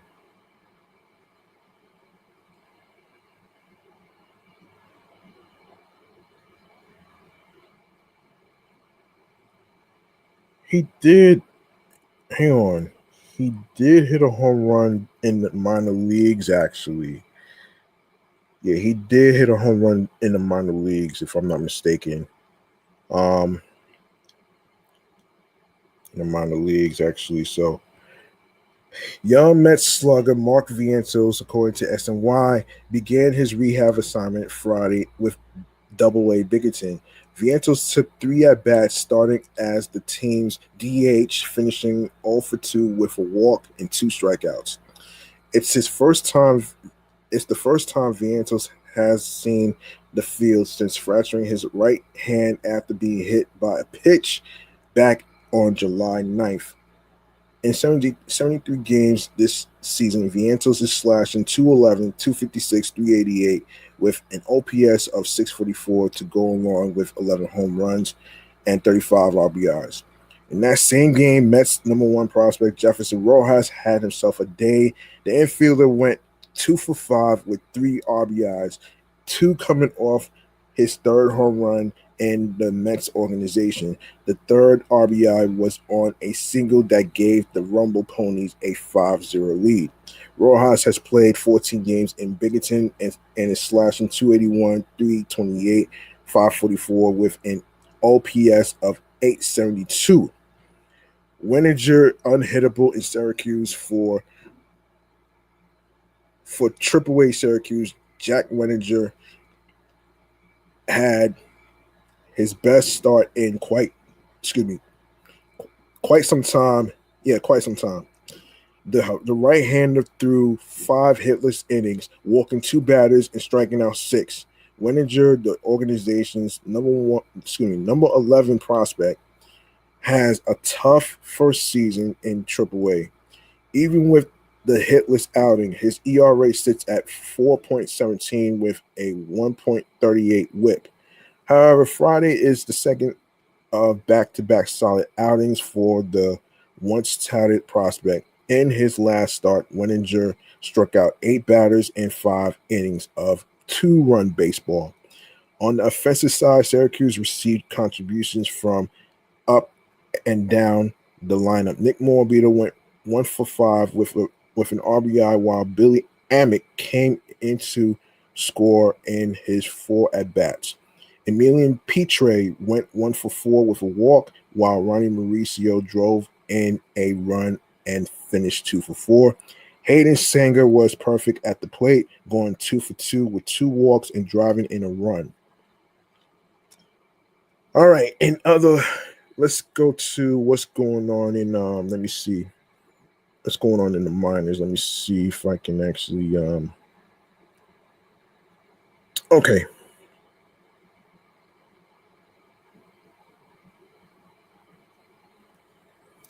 Hold on.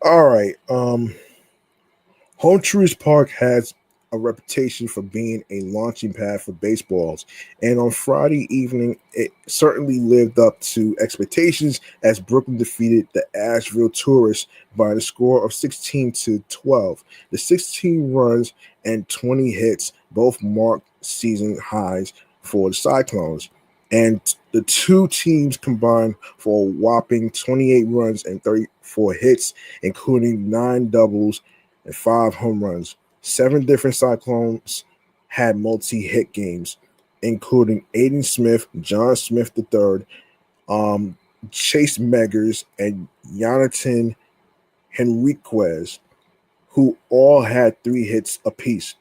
Henriquez also had a pair of home runs and drove in 5 on the night. Trey Snyder added a 3 RBI night. All right, so let's see. Brooklyn has scored 37 runs in 4 games in Asheville this week after scoring just 41 runs in their previous 11 games. Connor Ware made his Cyclones debut on Friday night, tossing 2.2 innings of relief. The Southpaw allowed 2 runs on 3 hits while walking 6 and striking out 3. Aiden Smith clubbed his 15th home run of the season and his 5th in 14 games since joining the Cyclones after being acquired from the Tampa Bay Rays as part of a package in exchange for Freddie Peralta. Jonathan Henriquez became the second Cyclone this season to club a pair of home runs in a single game, joining John Spikerman, who did so on Tuesday in Asheville. John Smith III went 3 for 5 with 3 runs scored and a pair of doubles, and is batting .583 in 3 games since joining Brooklyn. And let me see. Yeah, let's do a little bit of let's do a little bit of one more thing actually. Let me see. So, playing approximately 40 minutes from his hometown of Cortland, New York, shortstop Sammy Stafora launched the first 2 home runs of his Cyclones' career, powering Brooklyn to a 5-2 victory over the Hudson Valley Renegades on Sunday afternoon at um, Heritage Financial Park. With the win, Brooklyn, of course, 31-28, 56-68, remains 4 games behind Greensboro for the final playoff spot in the South Atlantic League North Division, with 6 game days left in the regular season. After 2 scoreless innings to begin the contest, Hudson Valley on 34-26, 64-60 broke through in the third. Second baseman Emmanuel Tejada drew a leadoff walk before advancing to second on a wild pitch and to third on a flyout to right. Following a strikeout on DH, Eric Genter looped an RBI single to right, putting the Renegades in front 1-0. Hudson Valley added to its lead in the fourth. Center fielder Micah Niu worked a 1-out walk and stole second following a pitching change. With 2 away, right fielder Dean Toigo poked a run-scoring single into left to extend the Renegades' advantage to 2-0. Brooklyn started chipping away at the deficit in the fifth with the bases empty and 2 out. Stafora hammered the second pitch he saw to the left of dead center field for a solo home run. The 21-year-old's first home run with the Cyclones and 20th in the South Atlantic League this year made it a 1-run game, 2-1. The Cyclones seized the lead for good in the sixth. Right fielder Trey Snyder opened the inning with an infield single to third before stealing second and advancing to third on a wild pitch. After left fielder Jonathan Henriquez drew a walk, Brooklyn put its speed to work. On the next pitch, Henriquez broke for second. As the throw went toward the bag, Snyder raced for home. The relay to the plate arrived too late to prevent the double steal, allowing Snyder to score the tying run and not the game at 2-2. 2 pitches later, center fielder John Spikerman roped an RBI double into the right field corner to bring home Henriquez, giving Brooklyn a 3-2 advantage. Stafora added some final insurance in the ninth after first baseman Edison Paulino drew a 1-out walk and Hudson Valley made a pitching change. The Westchester County native clocked the first pitch from the new reliever over the left center field wall for a 2-run home run. Stafora's second homer of the day and 21st of the season in the South Atlantic League pushed Brooklyn's lead to 5-2. And that was more than enough offense for the Cyclones' bullpen. Right-handed pitcher Juan Arnaud entered in the bottom of the ninth and retired the side to secure Brooklyn's victory and his 4th save of the season. Neither starting pitcher factor into the decision. Left-handed pitcher Connor Ware was charged with 2 runs on 1 hit over 3.1 innings for Brooklyn, walking 2 and striking out 6 before departing with an apparent injury in the 4th. Hudson Valley right-handed pitcher Danny Flatt scattered 2 hits and 1 walk over 3.0 scoreless innings in his high A debut, striking out 3. Right-handed pitcher Elvis Majares earned the win in relief for the Cyclones, allowing 3 hits over 1.2 scoreless innings while striking out 1.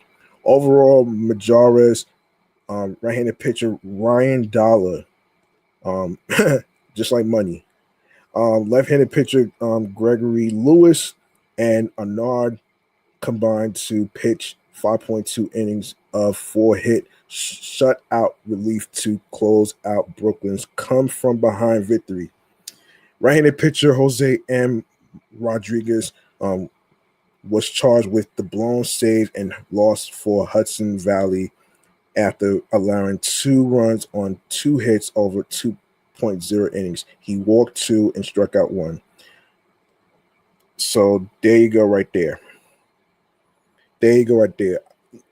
Let's make some noise for Sammy Stafora and the Brooklyn Cyclones getting the victory. Man. That really means a lot to him and the Brooklyn Cyclones, man. As a native New Yorker.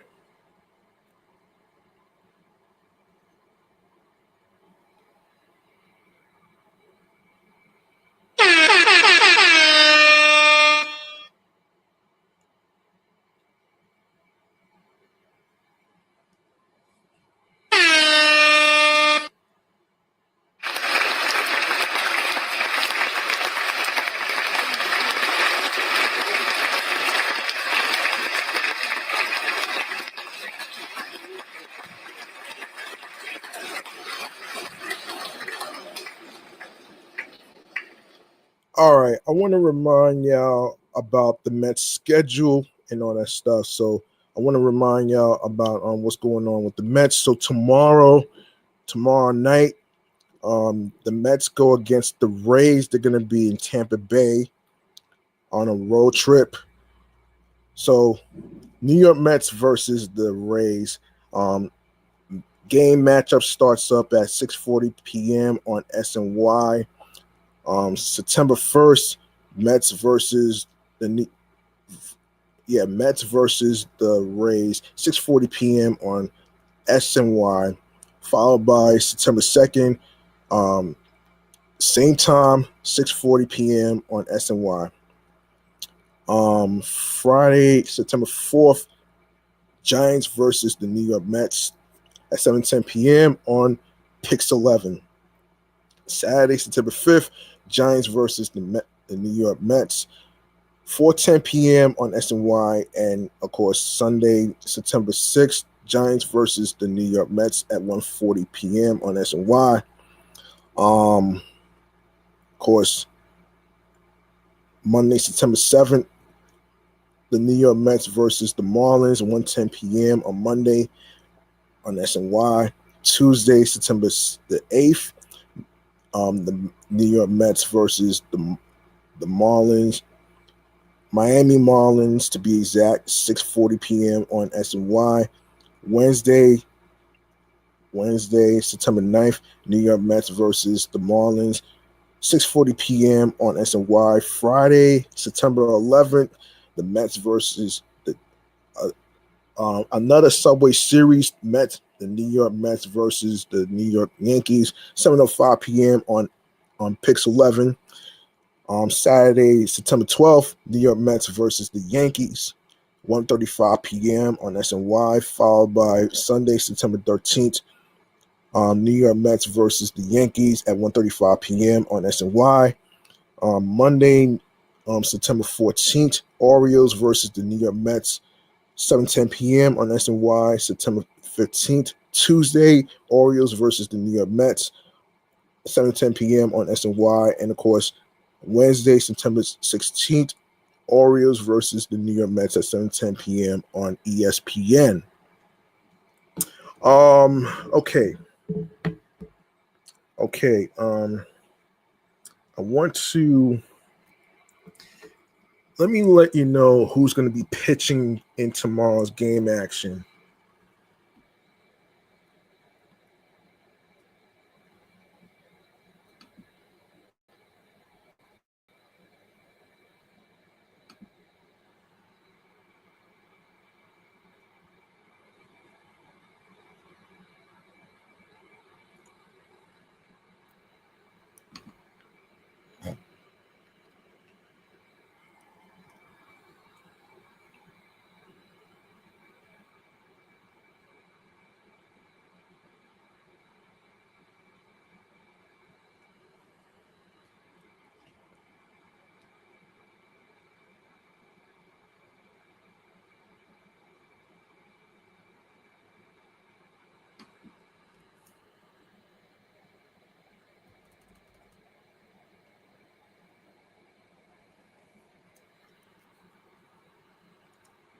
Okay, so you have Robert Stock versus Ian Seymour for tomorrow's game matchup. Then you have Tuesday Sean Menard versus Fred Peralta. That's going down. And of course on Wednesday, Christian Scott. I'll have to circle back next time when I record the next episode. All right. I'm gonna circle back on who Christian Scott's gonna go against in the next episode. So stay tuned for that as well. All right. I'm gonna wrap up right here, actually. So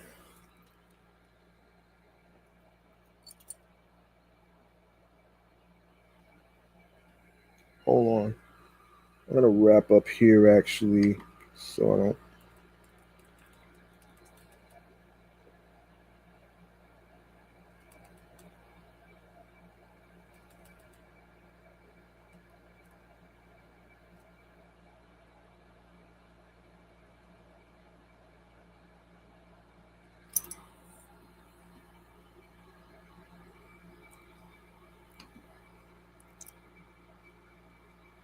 All right. I'm gonna wrap up right here. I'm gonna wrap up right here with this right here. Stream choices on the go. Yeah, stream choices on the go. Let's do this.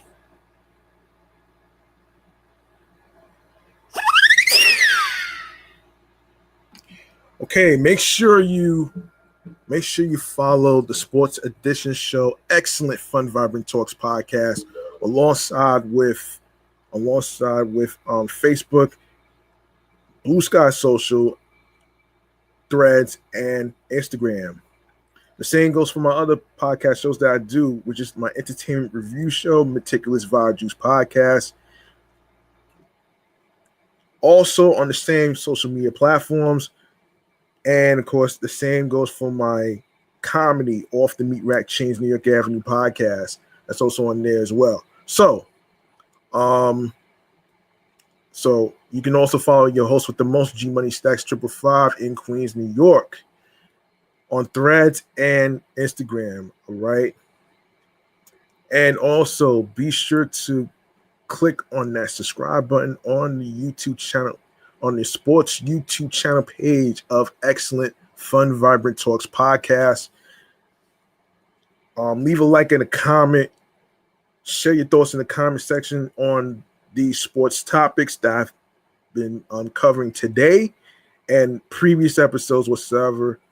And of course, you can click on the notification alerts to be notified on when I'll be on the air in the next episode with the long with the next topics and stuff. So Sorry about the loud cars and stuff. I should have put it on mute for a second, but I'm kind of in a hurry trying to wrap this thing up though. So yes, you can click on the notification alerts so you'll be notified on when I'll be on the air live with more new topics, more episode recordings, live streams, everything in between whatsoever. You can even hype up the videos. You can even share the videos with your sports friends who are into sports, whether it's football, basketball, baseball, whatever sport it is. You can whether they are New York Giants fans, Knicks fans, Mets fans, whatever it is. If you are a college basketball fan of the college basketball teams, such as the St. John's Red Storms, I was looking up their schedule, and their regular season doesn't start till I believe November. So if I see their schedule, I'm going to actually cover them while the Mets off season is already going on in progress. So yes, there you go, right there. You can also subscribe to my other YouTube channel pages, Meticulous Vibe Juice Podcast, my entertainment review show, as well as my comedy, Off the Meat Rat Chains New York Avenue podcast on my primary YouTube channel page, G Money Stacks 555. All right. Do the same on there. Leave a like and a comment. Share your thoughts in the comments about the topics that click to you, which ones are your favorite, and of course I'll be back with more of the new topics and stuff like that. So that's gonna do it for me, man. I'm your man G Money Stacks, aka the Gregonator, rhymes with now or later. And I'd like to say thank you to every single one of you who took the time to actually listen and actually watch on YouTube. I really appreciate it. I know I haven't been able to put any podcast episodes on streaming platforms due to my recent technical difficulties with my other laptop that's been going on to a technical difficulty with internet connection interference and all that stuff. So for now, you could just watch on YouTube. Even while you are on the road, you can even watch on the road on YouTube, especially in your cars, whatever it may be. And yes, remember, the grind doesn't stop. Hard work pays off. If you want something, you have to work hard and earn it. It's not going to be given to you on a fucking silver platter. And find your niche in whatever goals and dreams you're trying to do. Don't let anybody tell you that there's no money into something when you're really trying to build something and you just got started. All right. And of course, if you plan on starting a podcast, be sure to be yourself behind the microphone and be on your P's and Q's creatively, mentally, emotionally, physically, and spiritually. That gets you into your zone alongside with tunnel vision. All right. So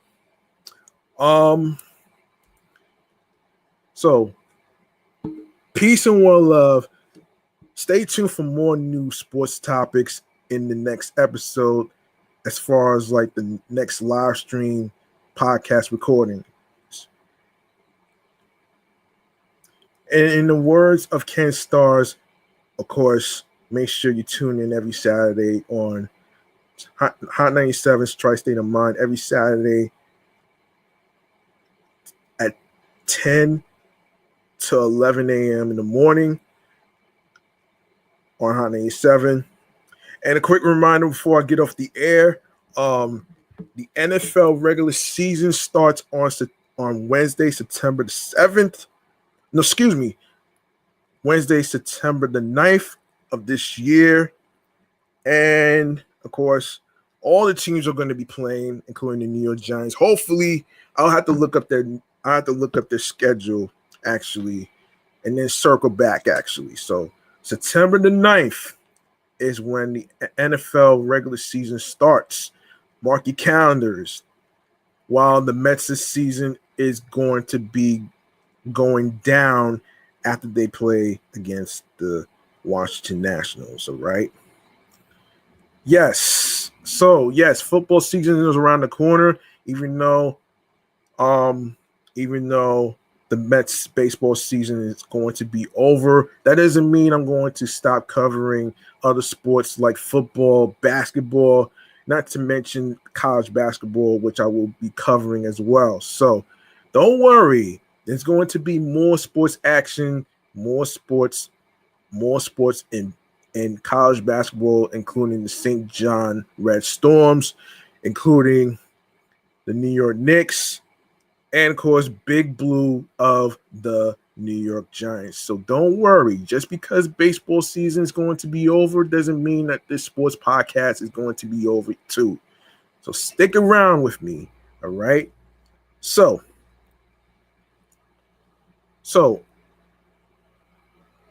I hope y'all enjoy your weekend and everything else in between. And of course, I am looking forward to watching more of some of the Mets games and everything else in between. And if I see any topics that I didn't get a chance to cover, whether it's the minor leagues of whether it's the Syracuse Mets, Binghamton Rumble Ponies, the Brooklyn Cyclones, including Jonah Tung. Like I said, make sure you subscribe to Speaking of the Mets by Max Goodman. And of course, also you can check out the guys from Queens Baseball Live podcast right now. I know they probably started right now. I'm about to get off the air and watch them in action. So yeah. So